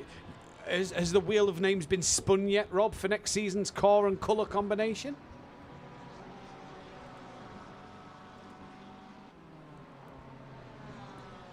I'm waiting for the Jaguar to be one that you're in, Rob. I really am. Gap out front, by the way. Harris to Vitas, I'm sure, has just dipped over 8 seconds. It has. It's 8.7. So a huge gap. Matt Wright can't pull away from Hibbs here. And is allowing Ian McGowan to just gain onto the back of Damien Hibbs. This is looking back from Hibbs's cop. There is Ian McGowan in the background.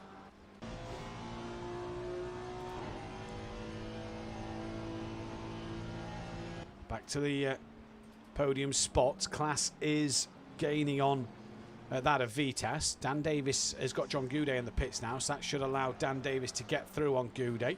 Coming through 130R.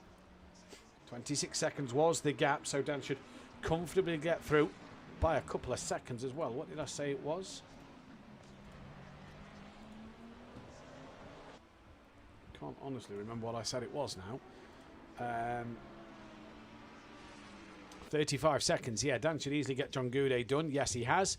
Overtaker has as well. Overtaker's actually passed Sokolov, so we get the old rivalry of Dan Davis and Overtaker back out there on the circuit once again as well.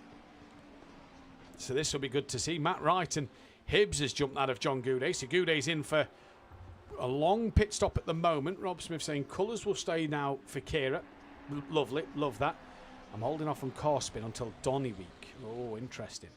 And that's a nice touch for Kira. Love that from you, Rob.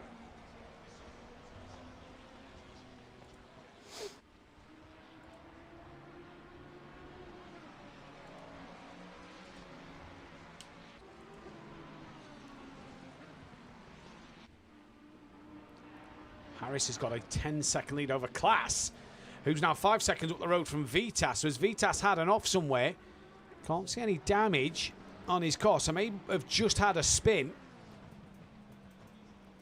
But Vitas is now down to third. Class back up to second. Class is 10 seconds off the back of Harris, and Harris, Class 5 seconds clear of Vitas at the moment. And Vitas, I believe, is coming into the pit lane. Yes, he is. So now we'll see where Vitas comes out ahead of around Dan Davis, who's coming under pressure from his old foe of Overtaker.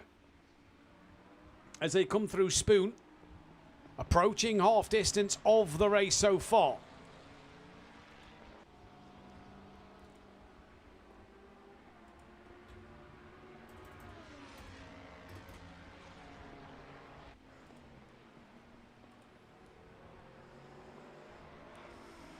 Vitas's number hasn't yet gone to number one. Overtaker just dropped a couple of wheels on the grass there. You saw the sparks fly as it dipped with a bit of concrete in the middle. Overtaker looking to really get past Dan Davis here.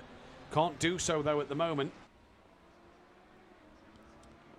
And Overtaker going to try his damnedest to get ahead of Dan. Well, they're both going to jump Vitas. Can confirm Jag will be on the wheel, so you never know. Overtaker's looking to the outside line of Dan Davis. We've seen this one from these two before in the past. Dan gets... There was the contact between the two. Dan's gone around. Sokolov in for his final stop. Dan has gone around. Here comes Mike Matthews now. He's got ahead of Vitas as well. And Mike Matthews gets ahead of Dan Davis there then. And we've seen that in the past before where the two protagonists back in the day have made contact, and they've done it once again here.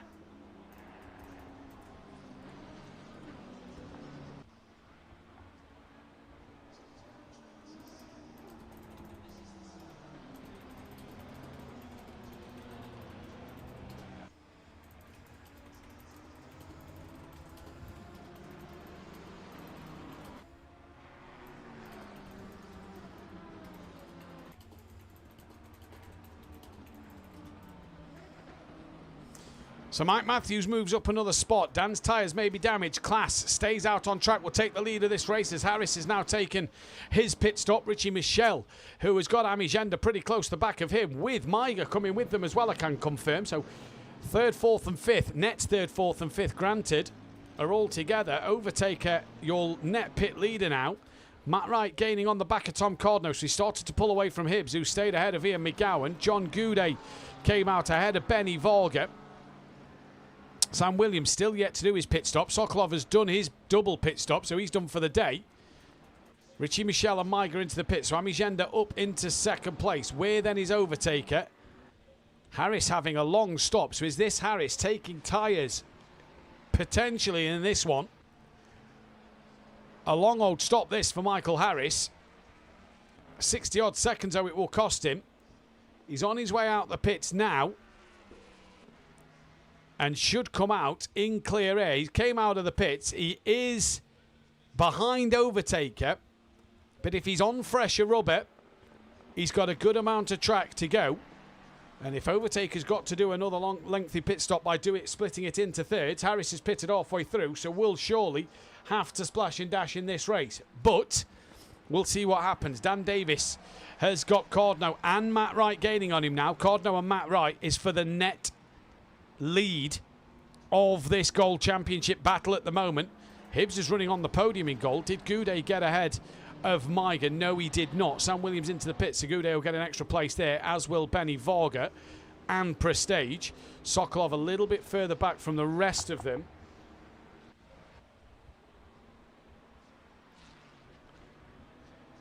But you kind of knew something like that was going to happen between Dan and Overtaker. It has there before in the past.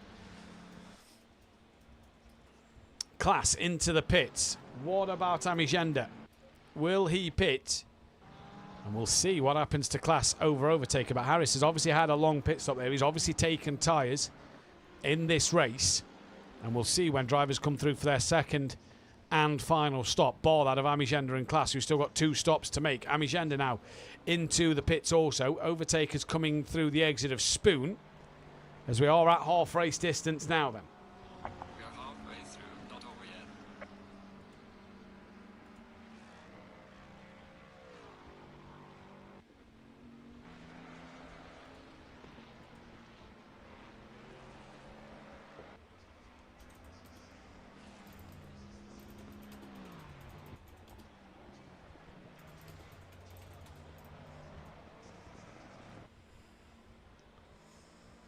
Drive-through penalty for Benny Vargas. That'll be for track limits, as Overtaker will take the lead of this race here. Harris will come through for second place.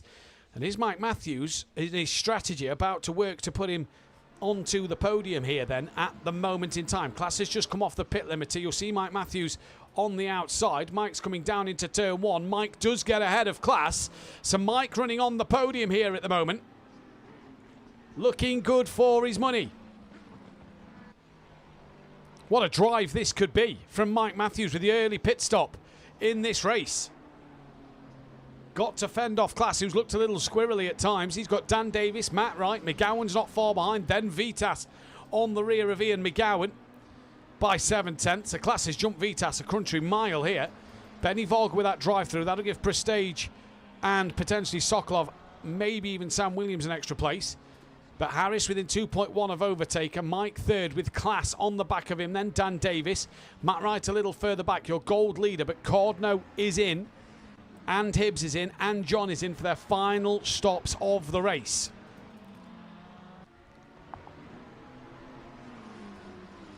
Mike coming under pressure from Class through the hairpin. Doing what Mike does best. Just parking it on the apex. Doing it an absolute treat. Trying to use that momentum to stay ahead in this race at the moment. They're all on the same pit strategy now. They've all got one more pit stop to make. Rob Smith, Dan and Overtaker, Senna and Prost. Spot the difference. You can't spot the difference when they're at Suzuka. Dan and Overtaker have had several coming togethers at this circuit over the seasons and over the years of SimPlay Motorsport, which, by the way, is almost 6 years old. The 26th of this month, SimPlay Motorsport will be 6 years old. So on a Wednesday night. Might have to do a little fun event on the Wednesday night for the 6 years of SimPlay. We'll wait and see. It might have to... Oh, it'd be a shame if it's PlayStation only. Might have to, say, get the Project Cars 2 back for an OG stream, but that wouldn't be fair to the Xbox drivers.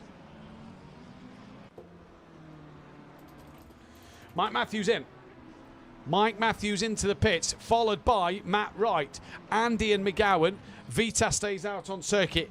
Amigenda's coming through the final chicane. Jumped Richie Michel in the pits. Maiger's on the back of Richie Michel here as well. Richie Michel's going to dart in for his final stop. So final stops being made. Overtaker's 1.7 to Michael Harris. Dan Davis getting on the back of Class here then. Is this the strategy call for Mike Matthews, by the way? The undercut once again.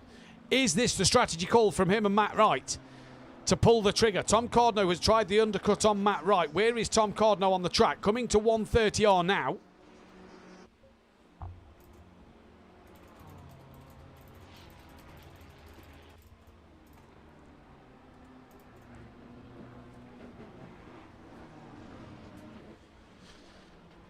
Matt Wright yet to go green. Richie Michelle has gone green before Mike and Matt Wright. So Richie Michelle should jump ahead of Mike Matthews here then. Sokolov is also going to jump ahead. Matt Wright goes green now. Ah, there you go. You and Chris would have been with us for a year next month. That's nice. That's good to see. And Matt Wright out the pit lane. McGowan's jumped him. Tom Cardno gets through as well. Sir Thomas Cardno gets through there. Benny Volga went through but has still got to pit. And Mike Matthews is out the pit lane then, but I believe Richie Michelle has jumped him. Yes, he has. So has Sokolov. So Mike's undercut there may not have worked over Richie Michelle and Sokolov then, but we'll see. Harris within a second of overtaker. Klaas has got Dan Davis falling off the back of him a little bit. Vitas in no man's land. Amigenda's got Maiga for company. Sam Williams now has a drive-through penalty. And let's take a look at what the time is over the start-finish line. Overtaker to Harris. 9/10 of a second. So Harris is coming. Matt Wright is on the back of Ian McGowan. Stayed ahead of Hibbs. Williams in for his drive-through.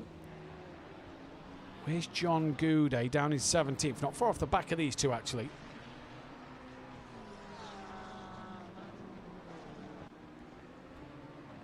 For Matt, John and Hibbs, they could do with Benny Varga pitting this lap to not be the cork in the bottle, and then all three of them be allowed to attack that of Thomas Cardno. Maiga right on the rear now of that of Amigenda. 4/10 of a second here. Drive-through cleared for Sam. Leaders within half a second. That might even be a little bit closer. Yes, it is. Through the second, Degner. Harris looking racy on overtake here. That's coming up towards the hairpin. Harris just going to be a little bit more patient. On the brakes hard. Swinging it through the hairpin.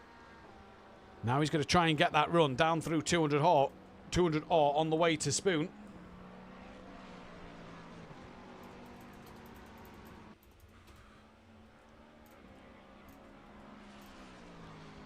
And Harris not able yet to get close enough to make a move. Overtaker just a little wide mid-Spoon. And that allows Harris to possibly try and get a better run on the exit. We'll just drop back down to Amigenda and Maiga, who are pushing each other. We'll see if Maiga can make the move in towards the hairpin. No, early on the brakes. Has Harris now in his Lexus got the legs over overtaker, coming up to 130R. Going to stay behind him at the moment. But he's going to try and get that run through 130R down towards the Casio triangle. Prestage in for his final stop. Harris looking to get that little bit closer. If Overtaker is to pit one more time, well, he's got to pit one more time. I'd assume Overtaker is going to come in around that 38-minute mark. Harris still the fastest man on the circuit. Drive-through penalty now for Prestige. So another drive-through penalty there. That is Prestige, who's just actually come out the pits, who's got Overtaker and Harris just behind him then. Maiga's got ahead of Amigenda by 1.2 seconds. Dan Davis into the pit. Sokolov coming towards Spoon. So Dan needs a good, quick pit stop here. Got a feeling it's not going to be. Got a feeling it's going to be tyres. Matt Wright has got past Benny Varga. Hibbs and John Goudet getting close together and getting closer to Benny Varga as Matt Wright gets the run over here. McGowan round the outside of 200R goes Mathew Wright, looking for a move up in towards the inside of Spoon. This could all be for the Gold Championship points that he needs. He's going to lose a few to Tom Cardno, but not as many now as he has passed Ian McGowan. And now for Matt Wright, he can set his sights. 3 seconds he needs to Tom Cardno. And Cardno is behind Matt Wright's teammate to Mike Matthews. Harris within 4/10 of a second. Out the hairpin he comes. Looking to try and get close to the back of Overtaker. This is on board with Michael Harris at the moment. Trying to get as close as he can to the back of the Ford Mustang. It's been a while since Overtaker's won. But if there's anywhere he knows how to win, it is certainly here at Suzuka. 6 race wins to his name around here at SimPlay Motorsport. He'd love to make that number 7. But Michael Harris will not go down without a fight. Both with 1 stop to make. Crucial stage of this race. Harris getting a good run out of Spoon there. Towards 130R he goes. Needs to carry the momentum through here. Just loses a little bit too much through 130R to be on the back of Overtaker going in towards the Casio Triangle chicane. Seemed to get a bit of a better run through the first part. Lost out through the second part of the chicane, though. And Harris into the pits immediately. So he's going to look to undercut Overtaker. Ian McGowan on the back of Matt Wright. John Goudet on the back of teammate Damien Hibbs. For what could be the podium in gold, because Maiger has still got his pit stop to make, let's not forget. Where's Sokolov? On the approach to Spoon. I don't think Harris is going to be in for as long a stop as what he was in for the first time round.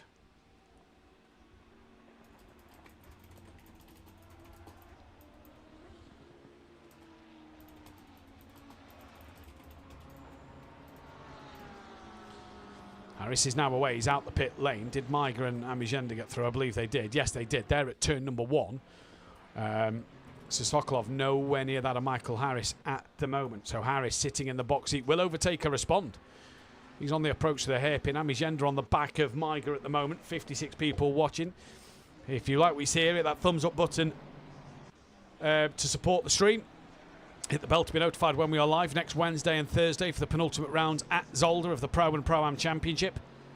And hit that big red subscribe button if you are new to the channel, as well as going down to the description and checking out our fantastic partner, Design Manchester. Producers of vinyl graphics, laser engraved gifts, mugs, printed clothing and much more, including SimPlay Motorsport merchandise. Head over to Facebook and search Designed Manchester for that one.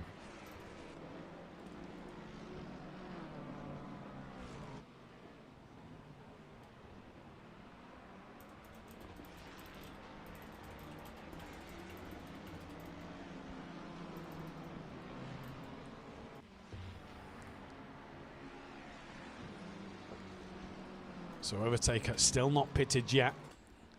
Still that battle for the net 4th place between Maiger and Amigenda rolls on, but Harris is only within 1.1 seconds. He's going to want them to box this lap because he's going to want to get on with his race here and not be held up. Matt Wright down the order has actually lost out to Ian McGowan now. So even though they've closed in on Tom Cardno a little bit, he's lost out to Ian McGowan. And Hibbs has still got Goudet, who's gone a little wide at Degner too. And John Goudet, well, he's not going to need another invitation. Thank you, Mama, for the carrots there. And through he goes.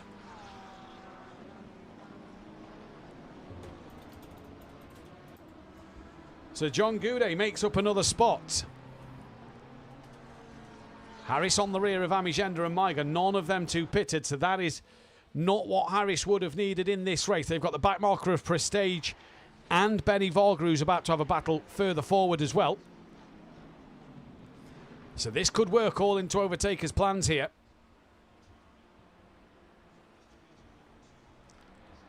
Harris needs to get through as quick as he possibly can on that of Amigenda. This is looking on board with Michael Harris coming up through the snake, through the anti-bank curve, and now in towards Dunlop they go.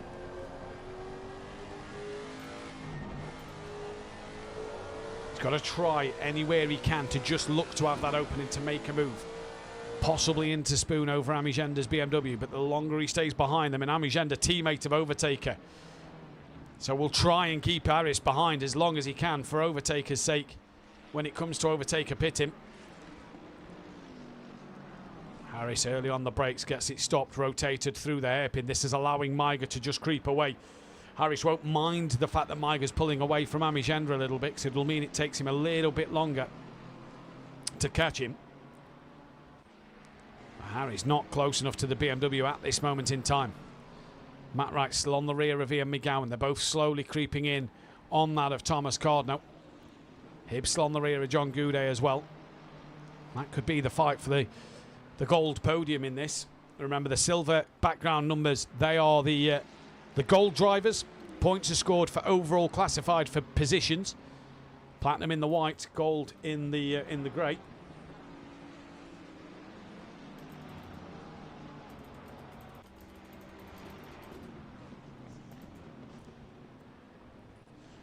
We'll see what happens as they come through the Casio triangle. Amigenda stays out on the circuit.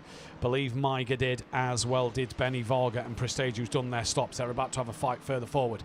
Now Michael Harris, will you now look to make that move up the inside? Pulls out on Amigenda, looks to the inside line. Has Amigenda done enough for when Overtaker does his pit stop to keep Harris at bay. Amigenda trying to fight this hard around the outside. Harris with a little wiggle, but it is moved on for Michael Harris. Moves up another spot. Ian McGowan, 1.8 off the back of Cardno.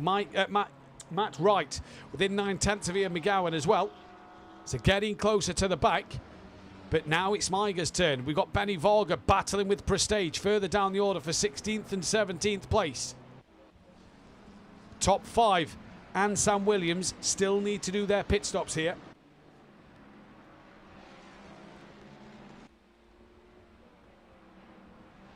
What's the lap times, I wonder? Because Harris has still got that fastest lap. Overtaker, 2 minute 2.3. Class 2 minute 1.1. Vitas 2 minute 1.5. Michael Harris 2 minute 1.4. So even though it was following behind Amigenda, was matching just a little bit slower than Class, but quicker than Vitas in this one. McGowan within a second now of Thomas Cardno. As the blue flags was flying there for Benny Varga and Prestige. There is Prestige teammate of Maiger in the background.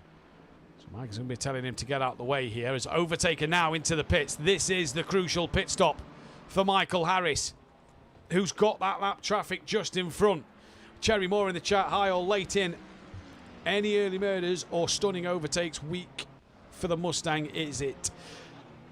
I think it's weak for the Lexus because Michael Harris looking solid out there at the moment. But no murders, to be fair, apart from Dan and Overtaker having a little ding-dong as Harris looks to make a move on Maiger now then. Harris coming round the last bend. Maiger gets a horrible run. Harris going to try and tuck up on the inside. Gets underneath now, coming through the last bend. And Michael Harris is about to try and make a move for what could be the net lead of the race. Overtaker still in the pit lane. Harris is through on Maiger and is possibly now heading towards the checkered flag with 29 minutes to go in this race.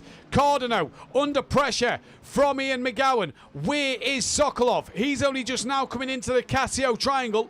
Overtaker still not yet gone green in this latest pit stop for him. Goes green now, so should easily come out ahead of that of Sokolov, and does so.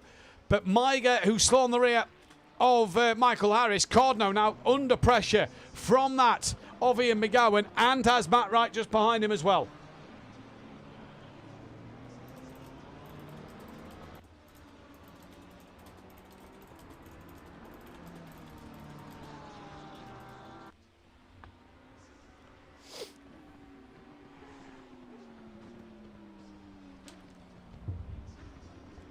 So Class leads from Vitas. They've still got a pit stop to make. Harris is only 20 seconds behind Vitas. We know for 1 litre of fuel, which is the minimum requirement, costs you 32 seconds. The question is, how far is Overtaker back on them two? Is Matt Wright having a look on McGowan, who's trying to have a look on Thomas Cardno here?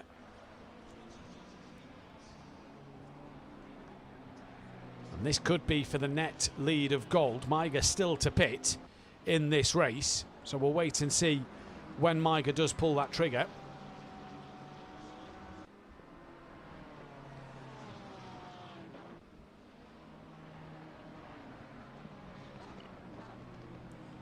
It's been a great race to watch so far. Remember, next week, penultimate rounds of the season. Pro-Am, myself and Wellington Jimenez live from Zolder next week for the sprint and feature race, and then I'll be back on Thursday night next week for the Pro Series sprint and feature race, final reverse grid race of the season before the 90-minute Donington decider. Amigenda's got back ahead of Maiger now as well further forward, so them two having a bit of a tussle, and the more them two start to scrap, the more that the likes of Matt Wright and Cardno are going to try and come through and get closer to Maiger. Maiger's drove a brilliant race tonight though. It's been really good. What is happening back down on that Tom Cardno fight? McGowan and Wright right with them. John Goudet's only 2.9 behind Wright, you know. McGowan looks to make a move on Thomas Cardno. Can't get it done there. Matt Wright just gets checked up through the chicane a little bit. In fact, quite a lot actually. He's lost a lot of ground to Ian McGowan there.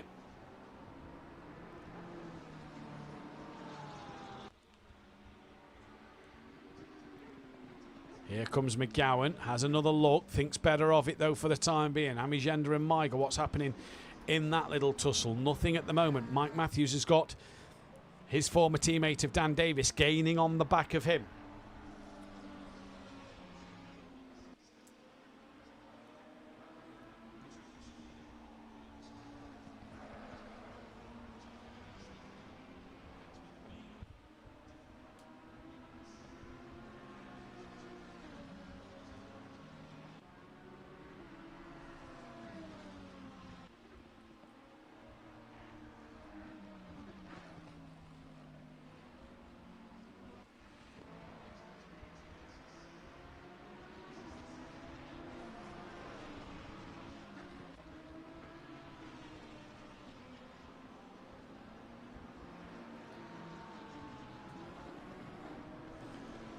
So there's still that fight for 9th and 10th. We've then got that of Ian McGowan, Cardno and Matt Wright. In fact, McGowan's got ahead of Cardno.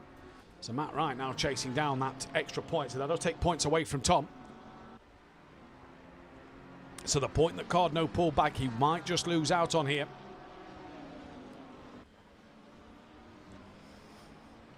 So we'll see what Tom Cardno can do over Matt Wright in this race. Goudet's only 2 seconds back. Maiga still putting pressure on Army Gender.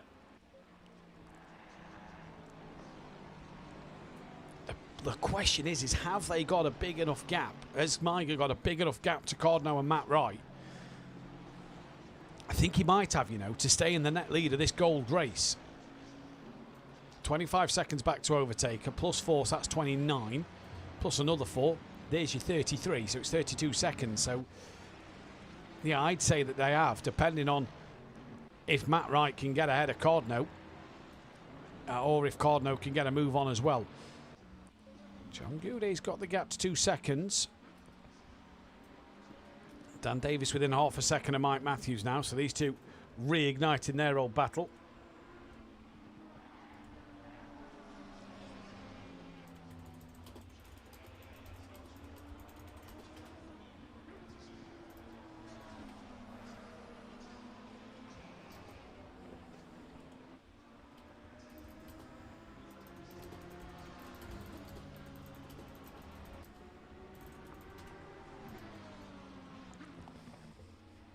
Dan getting really close to his former teammate. Won 3 Constructors' Championships together, did these two.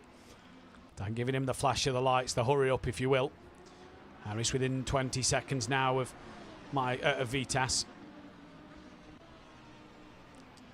Goudet's within 1.8 of Matt Wright now.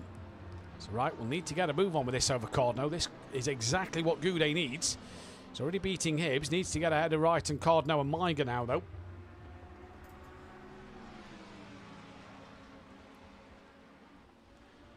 Maiga into the pit, so this is crucial now for Tom Cardno. Where are they? The 94 of Sam Williams had another drama just through 130 up.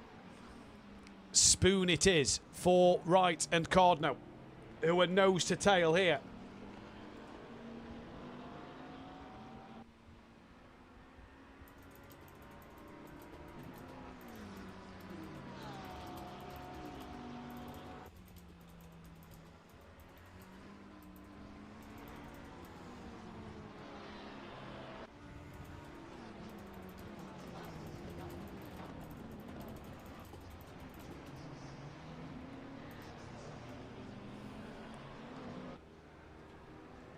Here comes Cardno. Maiga's already out the pit lane, so Maiga's gone in this race through turn 1. Maiga in control of this lead. Dan Davis has just got ahead of Mike Matthews now. So Dan moves up yet another spot in this race. He's up into P number 9. Overtake has now taken the fastest lap away from Harris, but is a long way behind Harris.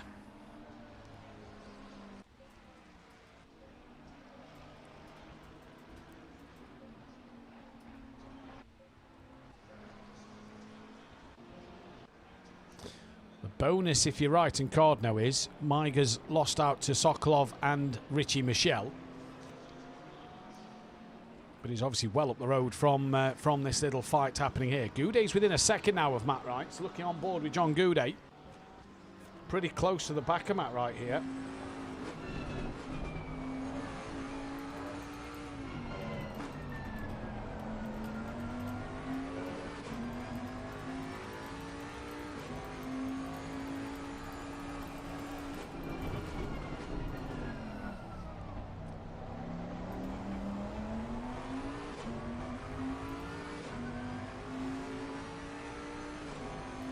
So Goudet trying to get closer to Matt Wright now.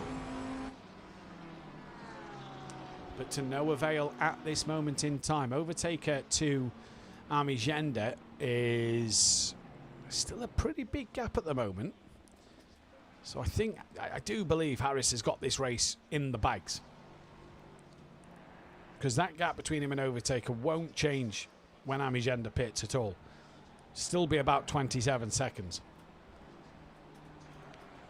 Matt Wright, though, needs to pass Cordno. He's pulled away from John a little bit this lap, but he needs to pass Cordno. And he needs people like Dan and Mike in this last 20 minutes to get onto the rear of Miga and get ahead just to limit the points Miga scores. That's what Matt Wright needs for this championship.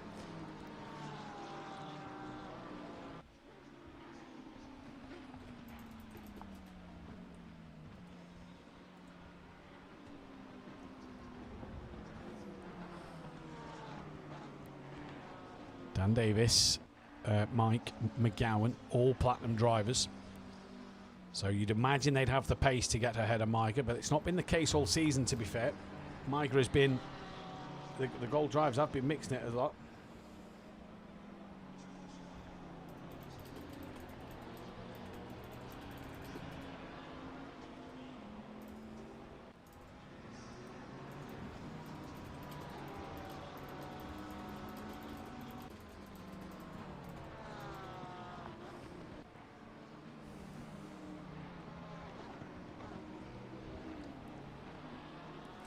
As we enter the final 20 minutes of this race, this battle between Cordno and Matt Wright. John's just again, same as the early stage of this race, he just gets close to the back of Matt Wright and just a couple of laps falls off the back. He's almost back down to 2 seconds behind him. Benny Volga's got Prestige trying to gain on him for another position. That's for 16th and 17th. Sam Williams just not had the pace tonight, sadly.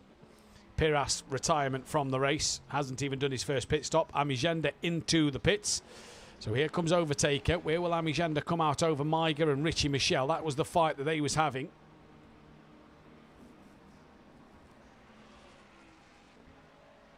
Vitas and Klass still to pit. They're the only two left to pit now. Overtaker does get ahead of Amigenda. Sokolov might also as well. Amigenda's coming out the pit lane now.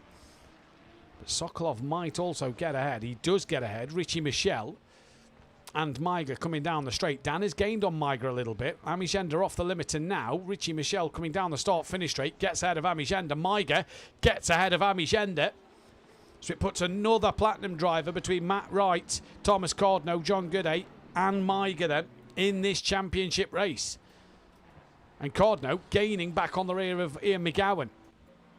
So for Wrighty, Cordno, Gooday, Hibbs, they need Amigenda and Dan and Mike and McGowan to gain on Miga for their gold championship to limit the points that Miga's going to score. This could be huge for Miga's gold championship, though. Could be huge for the points he's about to score here tonight.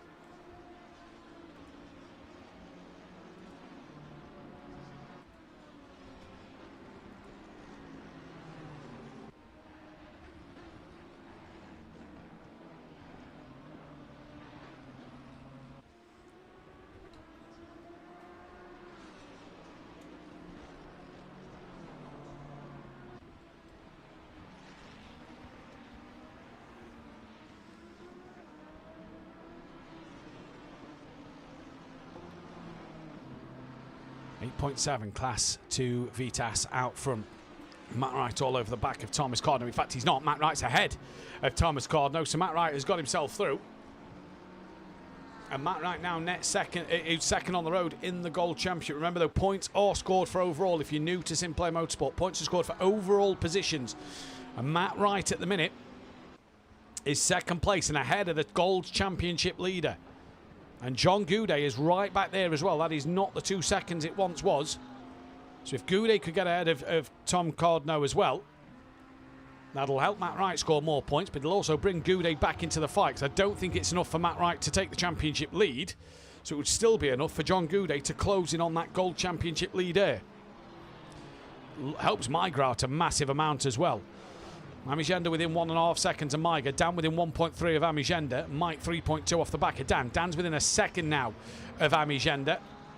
Miga also, though, only 1.2 off the back of Richie Michelle. There's Miga. There's Amigenda. There's Dan Davis. Mike's a little further back. And Cardno coming under pressure from John Goudet a little bit more now.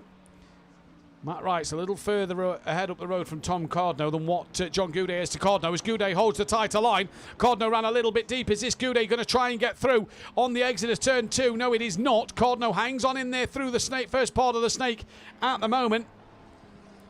And John will have to wait once again to fight it against Thomas Cardno. But John is right there now. Benny Varga's got Prestige crawling all over the back of him at the moment. But in terms of that gold championship, this could be huge for John Goudet, just to chip another few points away from Tom Cardno. After missing the Nürburgring, this could be exactly what Goudet needs. Cardno just dropped a wheel onto the gravel a little bit there. Oh, Goudet, bit of a wiggle out the corner. When are the front two going to pit? That's the biggest question. 32 seconds. They need to be ahead of Michael Harris for the pit stop for them to jump Harris in the pit. It isn't enough. Harris is 16 to Vitas and then 27-28 to that of Class. So it is not enough at all.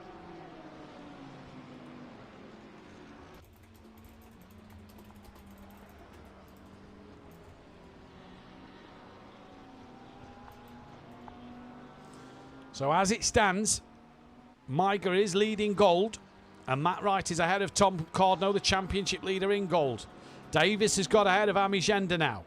So Dan's 2 seconds off the back of Miga. Can Dan Davis get up to 7th place and also take points away from Miga? What is the points gap between Miga? So Miga's 4th on 352. So he's 107 behind. Sorry, 113 behind, sorry. That of Thomas Cardno. So it's huge points for Miga. So Miga winning this race, if you're the likes of Goudet, Hibbs and Matt Wright, will not bother you in the slightest at the moment. Provided you can finish ahead of Thomas Cardno. Because Cardno's the man who's leading the way. Goudet back with him once again. In this real grudge match of a race here at Suzuka. Before our penultimate round next week, the Format B race. There's the 15-minute sprint with a 60-minute feature. 25 seconds mandatory pit stop. So you're held for a lot longer than you are in this 90-minute race. But the reverse grids for the final time of the season at Zolder next week. Pro-Am on Wednesday, Pro on Thursday. Myself and Wellington Jimenez will be in the box Wednesday night. Myself back again on Thursday evening. Before then, the week after that, the Donington Decider. Goudet getting closer to Cardno, who just parks one on the apex of the hairpin. Beautifully done. Goudet has to wait for Cardno to go on the exit to be able to create that momentum.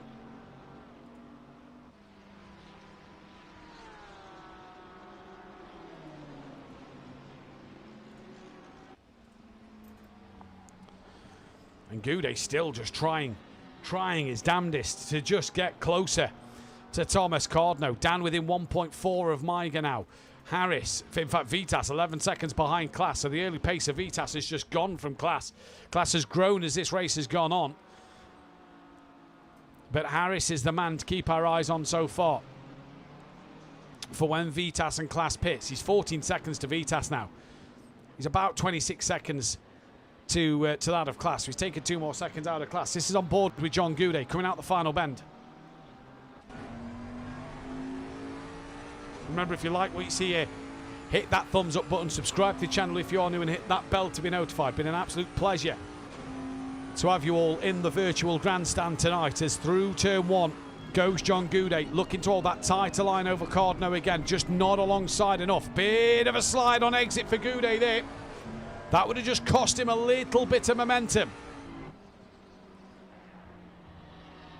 6 subscribers away, by the way, from our milestone of 1,350. So thank you all for what has been an amazing season from the very start, week number 1 of LMU and ACC, to now. The subscribers has been fantastic for the channel, and it allows us to keep doing what we're doing here at SimPlay.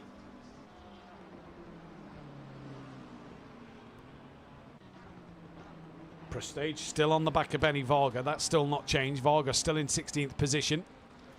They're a bit far behind Hibbs to do anything in that. Matt Wright gaining on his teammate Mike Matthews now. Now I wonder, yes, is that the call? Is that the switcheroo? Mike pulled well offline there out the hairpin, and there we go. The SimPlay Racing team orders Matt is faster than you. I don't know if that's necessarily the case, but what it is that's an extra few points for Mike Matthews, for Matt Wright, over that of Thomas Cardno. Goudet's fallen off the back of Cardno a little bit, but the SimPlay Racing team pulling the strategy there.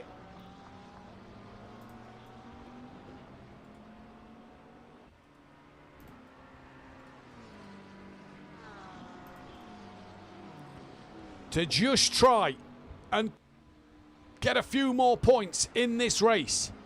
Dan's within 1.1. Big wiggle for Cardno through the 130R. That'll make John a little bit more interested. Seeing Tom just starting to struggle a little bit more. Maiga's within 7/10 of Richie Michelle. And Dan Davis within 1.2 of Maiga. They've dropped Ami Gender.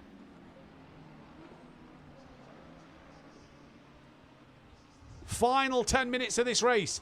Still Vitas and Klaas are yet to have done their final pit stop.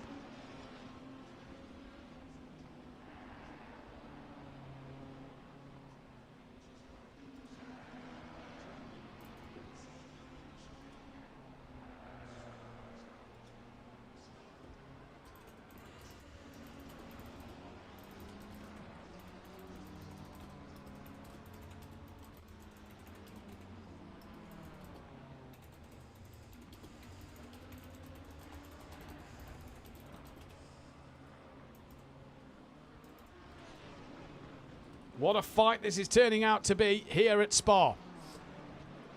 Davis within 7/10 of Maiga. Goudet all over the rear of Thomas Cardno. John Goudet fancies that move. Cardno defends the inside line. Goudet just a little tap up the rear. Cardno's parked her on the apex. And Goudet just has to wait behind. Can't get through there. And Tom Cardno is fighting for his life at the moment. Dan on the rear of Maiga. That'll be huge for Thomas Cardno anyway. It won't matter so much to Matt Wright and the others.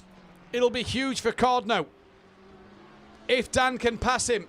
And he's just got to try and fend off John Goudet.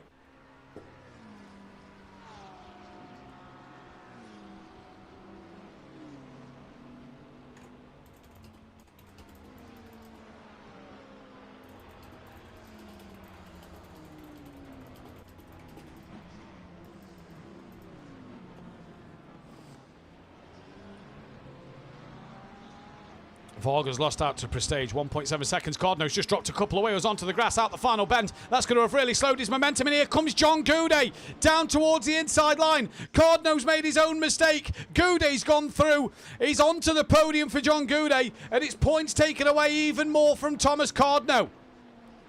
Davis on the back of Maiga now. Can Dan Davis get this one done? Harris 20 seconds to overtake her. Harris in cruise control, knowing the leaders have got to pit.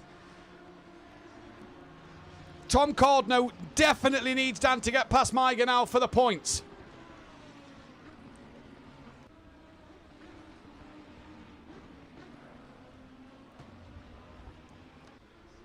Tom's not done though. Or is he? That 2/10 looks a bit bigger than 2/10 there. Because it is, it's half a second. Danny's almost pushing Maiga through. Now, what will this do at the moment for the championship? So Cardno at the minute is 14th. Matt Wright is P11. That'll put them exactly on the same amount of points. Hibbs down in 15th. Maiga running in 7th. And then Goudet running 13th. 126 points. No, 124 points between Goudet and the two and that of Matt Wright and Thomas Cardno. Obviously, depending on who's got the fastest lap of the race as well, that'll obviously go down to it in this one. Dan Davis all over the back of Maiga, swinging it through 130R, trying to go to the outside line. He has a look. Maiga goes defensive. Dan's having a look on the outside. Looks for the up and under at the first part of the chicane. Now looks for the better exit at the second part. Looks like they both got a pretty equal exit there. Pretty poor from both. Cardno still on the back of Goudet. Goudet's got to defend from Cardno like mad at the moment. And Dan Davis attacking that of Maiger. This will not matter to that of Cardno and Matt in terms of the points.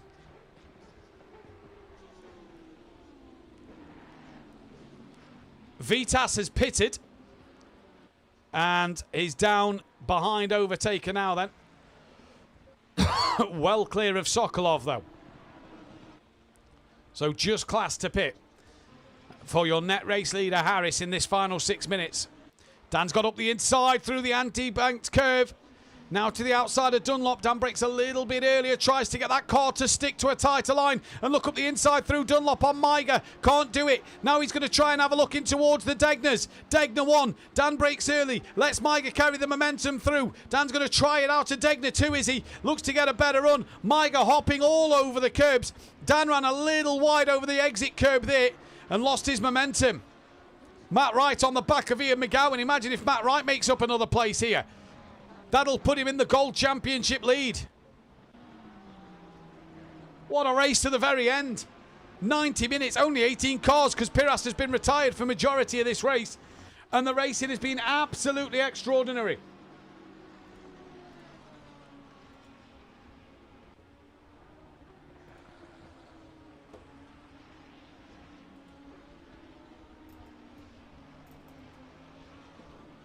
The racing has been immense here at Suzuka. Dan's dropped off the back of Maiger for now. Matt Wright on the rear. Half a second to Ian McGowan. Looking to try and make up that extra spot. John just starting to creep away from Goudet just a little bit now. Class not yet pitted. 4 minutes to go.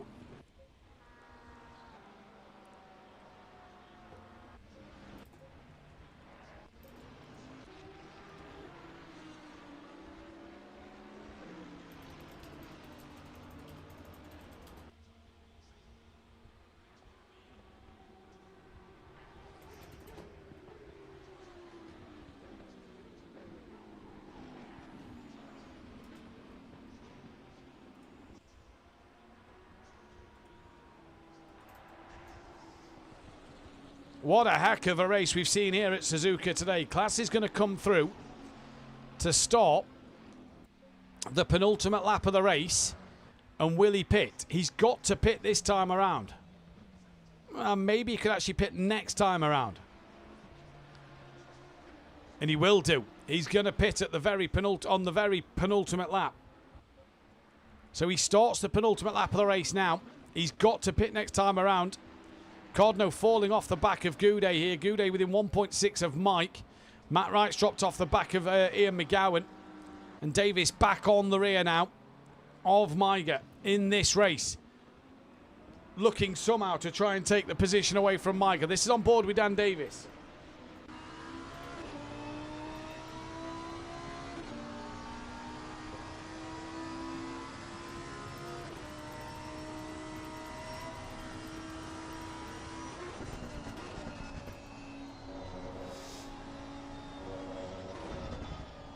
Coming through Spoon. Dan trying to get as close as he possibly can. Gap Class to Harris is 26 seconds. It won't be enough for Class, but he might be able to hang on in there for second place. If Class gets the second place out of this, then what a strategy from him.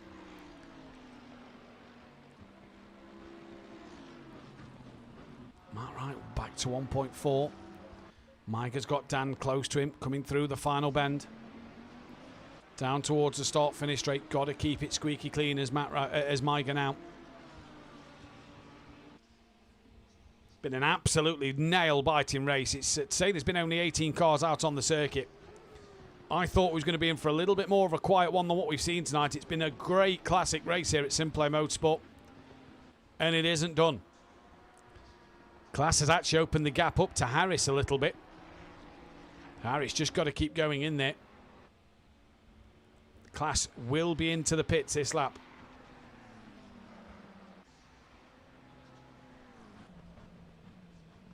And if my maths are correct,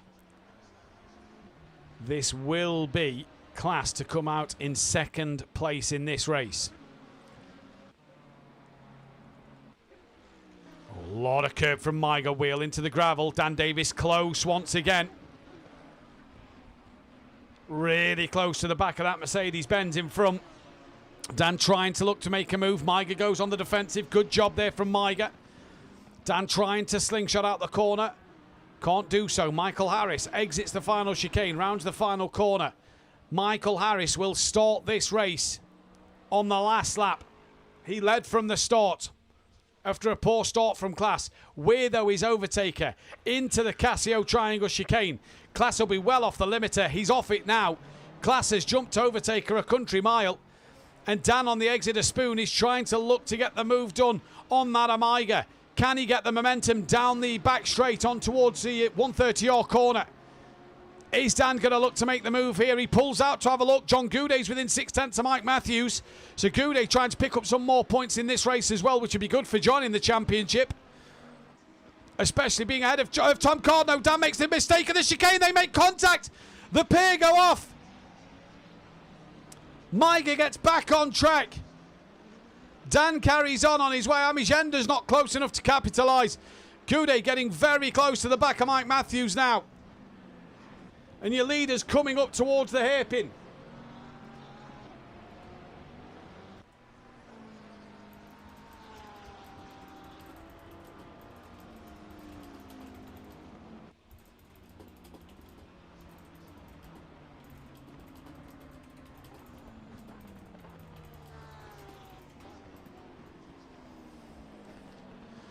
So Goudet putting Matthews under pressure through turn number 1.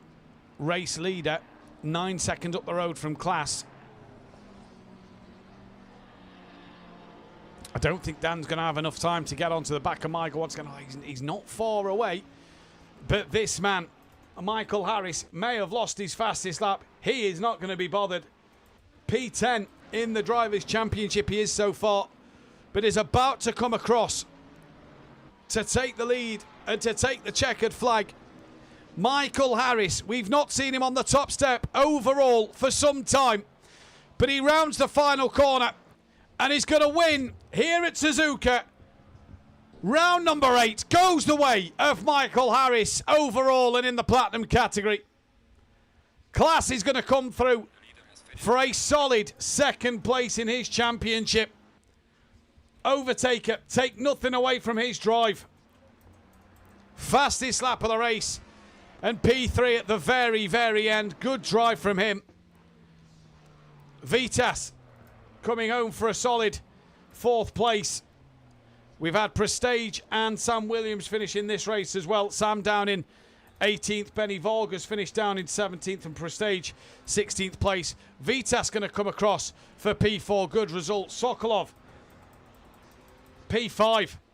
Good points in the bag. Close to Richie Michel, though. Richie Michel very close there at the end for P6. Maiger is going to hang on for the gold win. Maiger will win in gold. Dan Davis will take P8 overall. Amigenda P9. Ian McGowan P10. Good result for McGowan in this one. And then in that gold, Mike Matthews P11 in platinum. P11 overall, should I say. Thomas Cardno. Mike, by the way, just fended off John by 0.3 of a second. Thomas Cardno, 14th place. Matt Wright was P11. That then of Hibbs was in P15. Maiger, P7, winner in gold. Good stuff from him. John Goudet, 13th place in this race. So we'll await for drivers to come in for a quick chat in just a few moments. Though, I'm going to just quickly get these drop scores counted up and we'll get the tables to you in just a moment's time. So just bear with me for a couple of moments.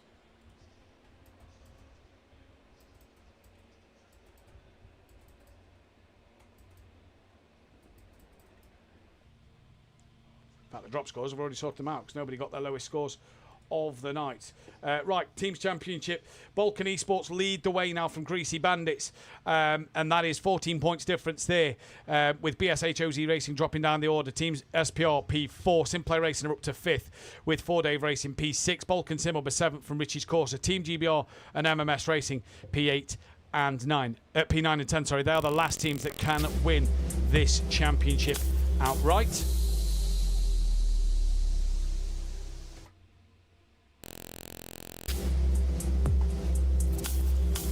Quantum Motorsport are 11th. They can no longer win it. MSA Racing 12th. Sleepy Lizard, MSA, BSH Spinners, BAL Racing. In gold, still a lot of drivers up for grabs to win this championship. Tom Cardno, though, will wait for the fastest laps to be taken into account as well. But Thomas Cardno leads the way, tied on points with that of Mathew right here. So that is incredibly close between them two. Hibbs is still in third, a little bit further back. Miga fourth, Goudet in fifth. But it is still tight. 124 points is the gap between the top three, with a lot of points up for grabs. Sam Williams still in contention in P6. Benny Vargas P7 in contention. Prestige is 8th. De Court 9th. Piras in 10th. They can all still win the championship. Herendich, Vasic, Gary Leach, Gillies cannot. In Platinum, how it is turned on its head there as well. Class leads the championship from Vitas, first and second. Milliston is third from Marinich, fourth. Harris goes from 10th to 5th with that race win. Mike Matthews in 6th from Richie Michelle, 7th. Now remember, this will have massive ramifications in terms of that reverse grid for next week at Zolder. Richie Michelle 7th, Patrick Leger 8th. We know he's not going to be here. He's on holiday for the rest of the season. Pletisek is 9th, Dan Davis 10th, Sokolov 11th. They're the last drivers that can win this championship. Alexandrov is 12th from Overtaker, McKenzie, Ludovic, McGowan, Amigenda, William Sott, and then Ben Rook. We are joining the commentary box by a few of the drivers, and we'll start with P3 in that gold championship first of all. In the gold championship, the gold race. We'll start with John Goudet. John, you're obviously not racing for the championship anymore, is the messages we've had between each other, due to you've obviously missed now one round. The other one went down, obviously, as your drop score. 124 points, so it is still doable. It's going to be a lot of work to do, but it's results like tonight that's going to just chip away at that lead from Thomas Cardno. Yeah, it's going to be a long shot, but yeah, I mean, I'm not going to overly give up on it, but like you said, it's going to be a tough one. I missed the 2 rounds. I was lucky because at Silverstone, Matt Wright had the same issue as what I had with the connection issues, so I think that kind of leveled that out with us. But yeah, it's going to be a tough one, but we'll see what I can do. I'm not, you know me, I'm not going to give up. I'll push to the end. But yeah, we'll see. In terms of the race tonight, pretty good race from yourself. It looks like your pace was ebbing and flowing at times. It looked like at times you was able to catch the cars in front of you. Then at other times you was just dropping off the back a little bit. What was that because of? Was it just slippy out there, not enough grip, just struggling at times, lap after lap, to be ultimately consistent? I think it was a bit of everything, really. Lack of concentration, trying to push the car too hard. The car at one stage, the car, you know, like the BMW does the drop-off point. Yeah. It kind of done that. It just didn't want to stop into a couple of corners. I came into the hairpin. It just tried to carry on going forward. I was like, I've never felt this car do this before. I was like, but then again, I don't know if that was because I was trying to overdrive. I knew that I was catching Cardno, so maybe I was probably pushing the car too hard. But yeah, what will be interesting, I don't think Cardno took tyres. I was going to do that, but I knew I had to try and do something different to what Cardno was doing to stand a chance. I mean, he's a rapid guy anyway, isn't he? So on his day, I just had to try and do something different to what he was, and I think I'd done the gamble of changing tyres, and he didn't, which helped. So yeah, Zolder next week. You've got a love-hate history with Zolder. I should know from personal experience racing you there. You've got a love-hate history with Zolder. Back to that, the original format, the 15-minute sprint, the 1-hour race. What's your thoughts going into Zolder next week? I've done a few races around Zolder in the Bentley, and it seems fairly decent. I'll put some practice in over the next week, just to try and dial it in a little bit, but I'm feeling good. I'm feeling okay with it. It's one of those hit and miss tracks for me, like you just said. Sometimes I've had good races. You know, I've had a really good race against yourself there. Yeah, I think it's just going into the races now, just trying to pick up what I can. with obviously the mishappened stuff in previous races. It's just trying to pick up points now to see what I can actually finish and do.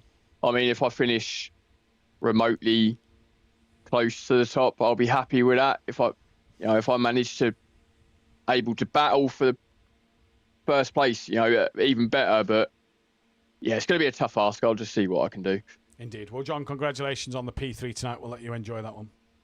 Thank you, buddy. We'll move to P3 in the Platinum category. Overtaker, great pace tonight. Really good race from yourself in this one tonight. Just didn't have enough at the end. Class obviously pulled a strategy to get the jump over you at the very end.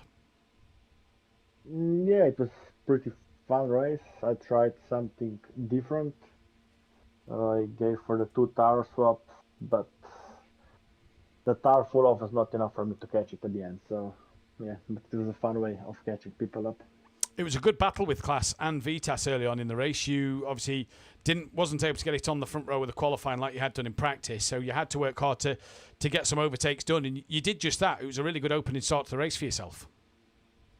Yeah, it was not the best quality for me. Like I said, I've pre-started my strategy to go for the free 50 liters and double tire swaps, and with not the best qualifying. Yeah, like you said, my first stint was not like I imagined it would be.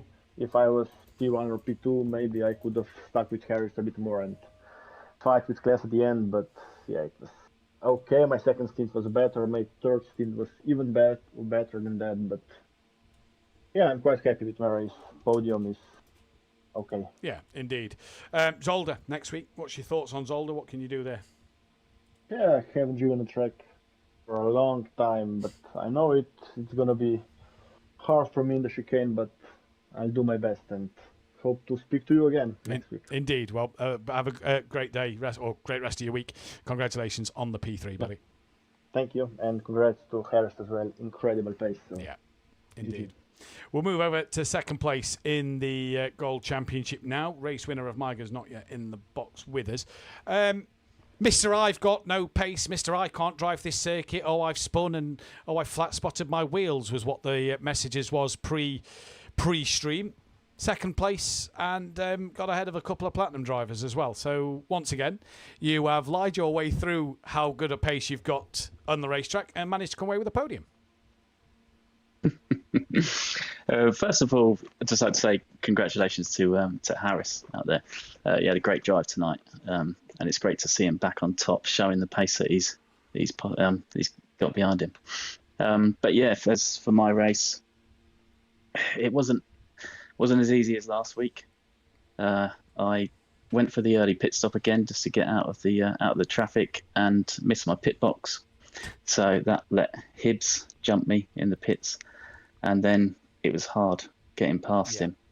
And I was losing probably half a second to maybe 7/10 a lap, being stuck there. And it was, slowed me down quite a bit. Luckily, I think it was Sam made a mistake in front, and that slowed Hibbs down. I managed to get the run on him into turn one and finally get past.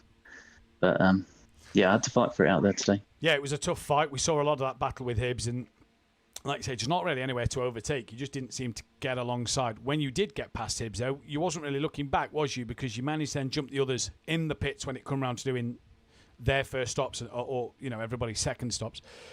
Not the pace of Miga, though. Miga had great gold pace tonight, was running up there, obviously, inside the top 10. But you managed to pick up a few places. You've outscored Tom, and I suppose that's the biggest goal at the minute, is you've got to outscore the championship leader to obviously win this championship. You've done just that. You're tied on points. It's all you could have done really tonight. Yeah, definitely. We were all saying at the start of the race, we think Mike is gonna fly in the race pace. He's been looking stronger and stronger each week, and the way that you've got to take the curbs around this track, that Mercedes was always going to eat them up and fly around it. I wasn't expecting that. Hello, by the way. So congratulations to him on his win. But yeah, as for the championship, like I say, all I can do is just keep on plugging away. It's quite nice to be the person chasing. You got a little bit less pressure on you because you just got to go out there and just do the best you can. You got nothing to lose, and yeah, luckily Tom made a mistake in front of me. He made a bit of an error with his pit stop, and put a bit too much pressure in his rear tyres, so he was really struggling with that second stint. But yeah, so I can just keep on pushing and see what happens. But I'll be fighting till the end. Zolder next week should be a pretty decent track for the Porsche. A lot of slow corners, a lot of traction zones for that Porsche to use its strengths. What's your thought on it though? Because it's also got the curbs that are a bit dangerous, and when you've got the likes of Maiga and John and Tom who can all ride the curbs well in their front engine cars, you've got yourself and Hibbs that'll be better in them tighter sections. So what's the thoughts on Zolder going forward? Yeah, it's a track that I love. I think it's a great track. I've generally run quite well there. I'm actually away from Saturday until Wednesday, so I won't have any time to practice, but it's kind of worked out quite well in the last 2 weeks. So, yeah, we'll wait and see what happens again. But hopefully we can be strong. I think it's going to be strategy is going to be a real key out there, getting yourself space on the track, and just being able to get the most out of your lap times. We'll see what happens. John won't like me saying this because I know the Bentley's very good at Zolder. I've been very good at it in the past at Zolder. Give someone called Leon Fernie a message. John will hate me for saying that, but give someone called Leon Fernie. He's got experience of ruining championship battles. Zolder, he's a man you can do. Well done tonight on the second place. I'll look him up. Thank well you. done on the second place. We're going to turn our attention. Get them sandbags back in. Yeah, exactly. We're going to turn our attention over to Class now. Didn't have the pace tonight, Class, if it must be said. The race pace wasn't there tonight. You were struggling behind Overtaker, struggled with Vitas, but when battling Vitas early doors, but managed to come away with a second place. The strategy worked in your favour, an absolute treat at the end. Yeah, at the beginning I was making a lot of stupid and little mistakes, so I was not on the pace. I was not really confident because I have been playing a little bit too much Le Mans Ultimate, to be honest. It's a great game. I can't stop playing it, to be honest. And at the start, just before the lights go out in Le Mans Ultimate, you turn on your pit limiter, and I did it during this race, and it completely ruined my start. So Harris jumped in front of me, but Harris' pace was way above everyone else. He was way too quick. He was definitely the fastest guy. I wouldn't have, won this race, but I'm pretty happy with second place because I was very far from Overtaker, so yeah, the strategy definitely worked in my favor. It did indeed. Good little fight though between you and Overtaker and you and Vitas before the round of pit stops came around. It really did seem like it was a good battle between the three of you in that one. Do you enjoy that? Your car looked a little slidey out there, so you was having to hang on to it while fighting them. Yeah, it was definitely a lot of sliding and slipping, but yeah, Vitas was making me push a lot harder than I really wanted to, and somewhere in the half of the race he spun in the barrier, a little mistake, and that's what made me jump in front of him, I think. So yeah, a bit of luck on my side as well. Well, sometimes you need to make your own luck. We go to Belgium next week, home circuit for yourself. Zolder, what can you do around there? I would love to race there, but I'm on vacation next week. No. Yeah, Wow. Definitely a big impact on the championship. Yeah. But yeah, I can only watch because I'm not gonna skip a vacation to Spain. I really would like that. Yeah, exactly. You and Harris love a vacation when you're fighting for a championship, don't you? You love a vacation. Well, congratulations. Yeah. Congratulations on the second place tonight. Enjoy that one and enjoy your vacation. Thank you. We move over to our gold winner now. Maiga, your winner in gold. Fantastic performance tonight. Really had a great battle with Amigenda and Richie Michel in that one. It was a really tough fight. And Dan Davis didn't make it easy at the very end. Yes, good evening, everyone. Yeah, to be honest, it was kind of unexpected. I always loved Suzuka. It's one of my better tracks. But after quali, because it went really poor for me in quali, I was trying too hard. So started a bit back for the race. But first lap went really well. I jumped a few cars and ended up right behind Cardinal on the start. Then we had a good little scrap for quite a few laps, I'd say. Then unfortunately he had a little mistake. He went off track and I went past him. Other than that, strategy went well. I was surprised I could keep up with Amigende and Michel. I was really surprised that I could keep their pace. Yeah. Other than that, I don't know what to say. Honestly, I'm so exhausted after this one. I can imagine. You're doing everything you can, like I've just said to Matt Wright and John. You've got to do everything you can to try and take the fight to Tom Cardno in this championship, and that's the kind of result with Cardno finishing down the order that you need in the championship fight. Honestly, 2 races back when I finally got like good feel of the Merc, it's quite a difficult car to drive, but I'm starting to feel it. I gave myself a goal to try to catch up to Hips, fight for P3 in the championship. That's my goal. If I manage it, I'll be really happy. Anything more than that, I couldn't say it's possible for me at this point because of a missed race at the early stages. Well, but we'll see what goes on. Indeed. Zolder next week. What's your thoughts on Zolder? Ooh, not one of my best tracks. Need to put some hours this week to practice it. Also, first time I'm gonna be in the Merc on that track. Yeah. Well, reducing the damages, I'd say, next week. Yeah. Well, congratulations tonight. Great job. Great winning gold. Enjoy that one, and we'll see you next week. Thank you. And we've got Michael Harrison with us, your overall race winner. It's been a while, Michael. And up into P5 in the championship. Milliston's not here. Marinich hasn't been here. Class is away next week. Do we smell a possible late charge in this championship now? I mean, anything's possible, but tonight it was just a fluke. It had to be honest. I'm a bit speechless, if I'm honest. First overall win in pro. I mean, I've been racing with you guys now for like 2.5 years. I've always been so close.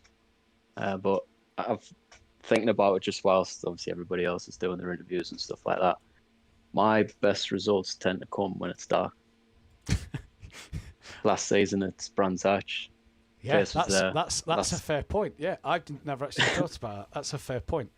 Your first race at Monza in the BMW M4 yes. was towards the front as well. That was a night race. Yes. Yeah. Yeah. Yeah, so petition to have all races night races next season, please. I don't think a lot of people would agree with you there, depending on what circuits get No. built. A great race, No. though. You got ahead at the start. Class made an error at the start. You just had to build that gap. The minute you'd got a couple of seconds between you and Class, it was just smooth sailing, wasn't it? Little bit of a moment, though, when you'd made your second pit stop. You was on the back of Amigenda and Maiga, a couple of back markers in front of them. Was you at one stage there just a little worried something might kick off with the back markers, them two having a fight for position? They obviously still had a pit stop left. You was just trying to stay out of trouble and get to the end. Yeah, so after that second pit stop, I thought that was it. I've lost it. I thought Overtake was just going to sail away with it.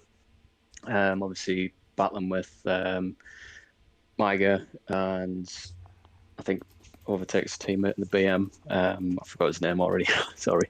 Amigenda. Yeah, I thought them two obviously would cause a little bit of bother. Obviously, the racing themselves, obviously different classes as well. But no, the Lexus managed to just anywhere I turned it tonight, it just went, and it's not really something I'm used to, if I'm honest. But the car itself, the setup, everything just fell into place, to be honest. I mean, after the second stop, once I got past those two, I think I did take a bit too much out of the tyres, because after that, the pace wasn't as good as what it was in the first stint.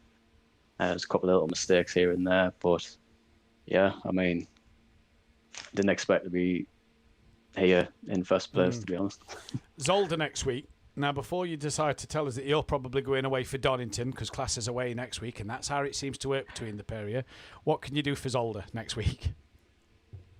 Well, I am here for Zolder. Yeah. So that's a positive. Zolder, it's not really a track I've driven too much in the Lexus, I don't think. So we'll just see how it goes. Obviously, there's a few bumps there which are pretty harsh on other cars compared to what the Lexus is. It is a small circuit, so It's just going to be one of them. See where I can end up towards the end of it. Be nice if it's another P1, but I can't really see that happening, if I'm honest. Well, let's see what happens. Anything can happen, and we'll see what happens there. Well done on the race win. Enjoy that one, and we'll see you next time out. And that is it for your time at SimPlay Motorsport this evening. Myself and Wellington Jimenez will be back in the commentary box on Wednesday night next week for the penultimate round of Pro-Am at Zolder. It seems like it's going to be a very, very hot one from early forecast looks that myself and Mike Matthews was looking at earlier on. But we'll see what happens. Pro will be back next Thursday night. I will be bringing you the action for that one next Thursday, where you can tune in to watch all the drama unfold here in front of your eyes. Don't forget, if you are new to the channel, hit the thumbs up button, subscribe to the channel if you are new, and hit the bell to be notified when we go live. As well as check out our fantastic sponsor, They're Designed Manchester. Search them up on Facebook. They are producers of vinyl graphics, laser engraved gifts, mugs, printed clothing, and much more, including SimPlay Motorsport merchandise. So from me, the whole of the SimPlay Motorsport team, that ends the night race for this season. We'll see you next week at Zolder. Goodbye.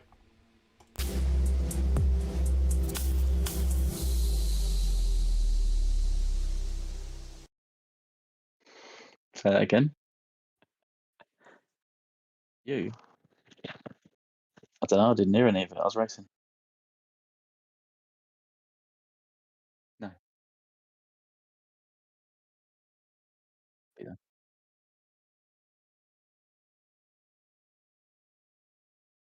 He's gone already. He's gone. Yeah, he's in the chat. He's gone to celebrate.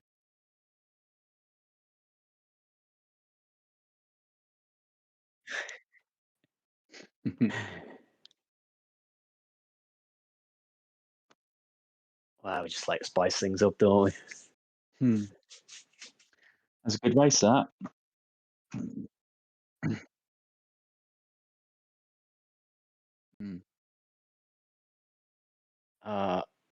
Honestly, I could not tell you where that come from.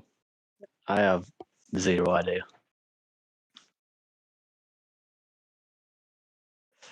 I didn't. It did. The car blame the colour of the sky. rubbish. It was black. Yeah, it's nighttime. The car felt rubbish when I started practice. I made a few changes. I asked ChatGPT. I'm losing the rear end through the S's. What can I change? Changed it. Car felt good. I say.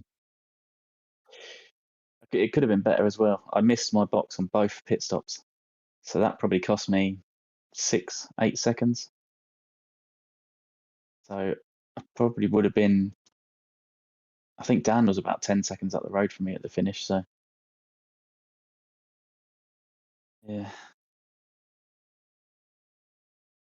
could have been better. Could have had another 2 places.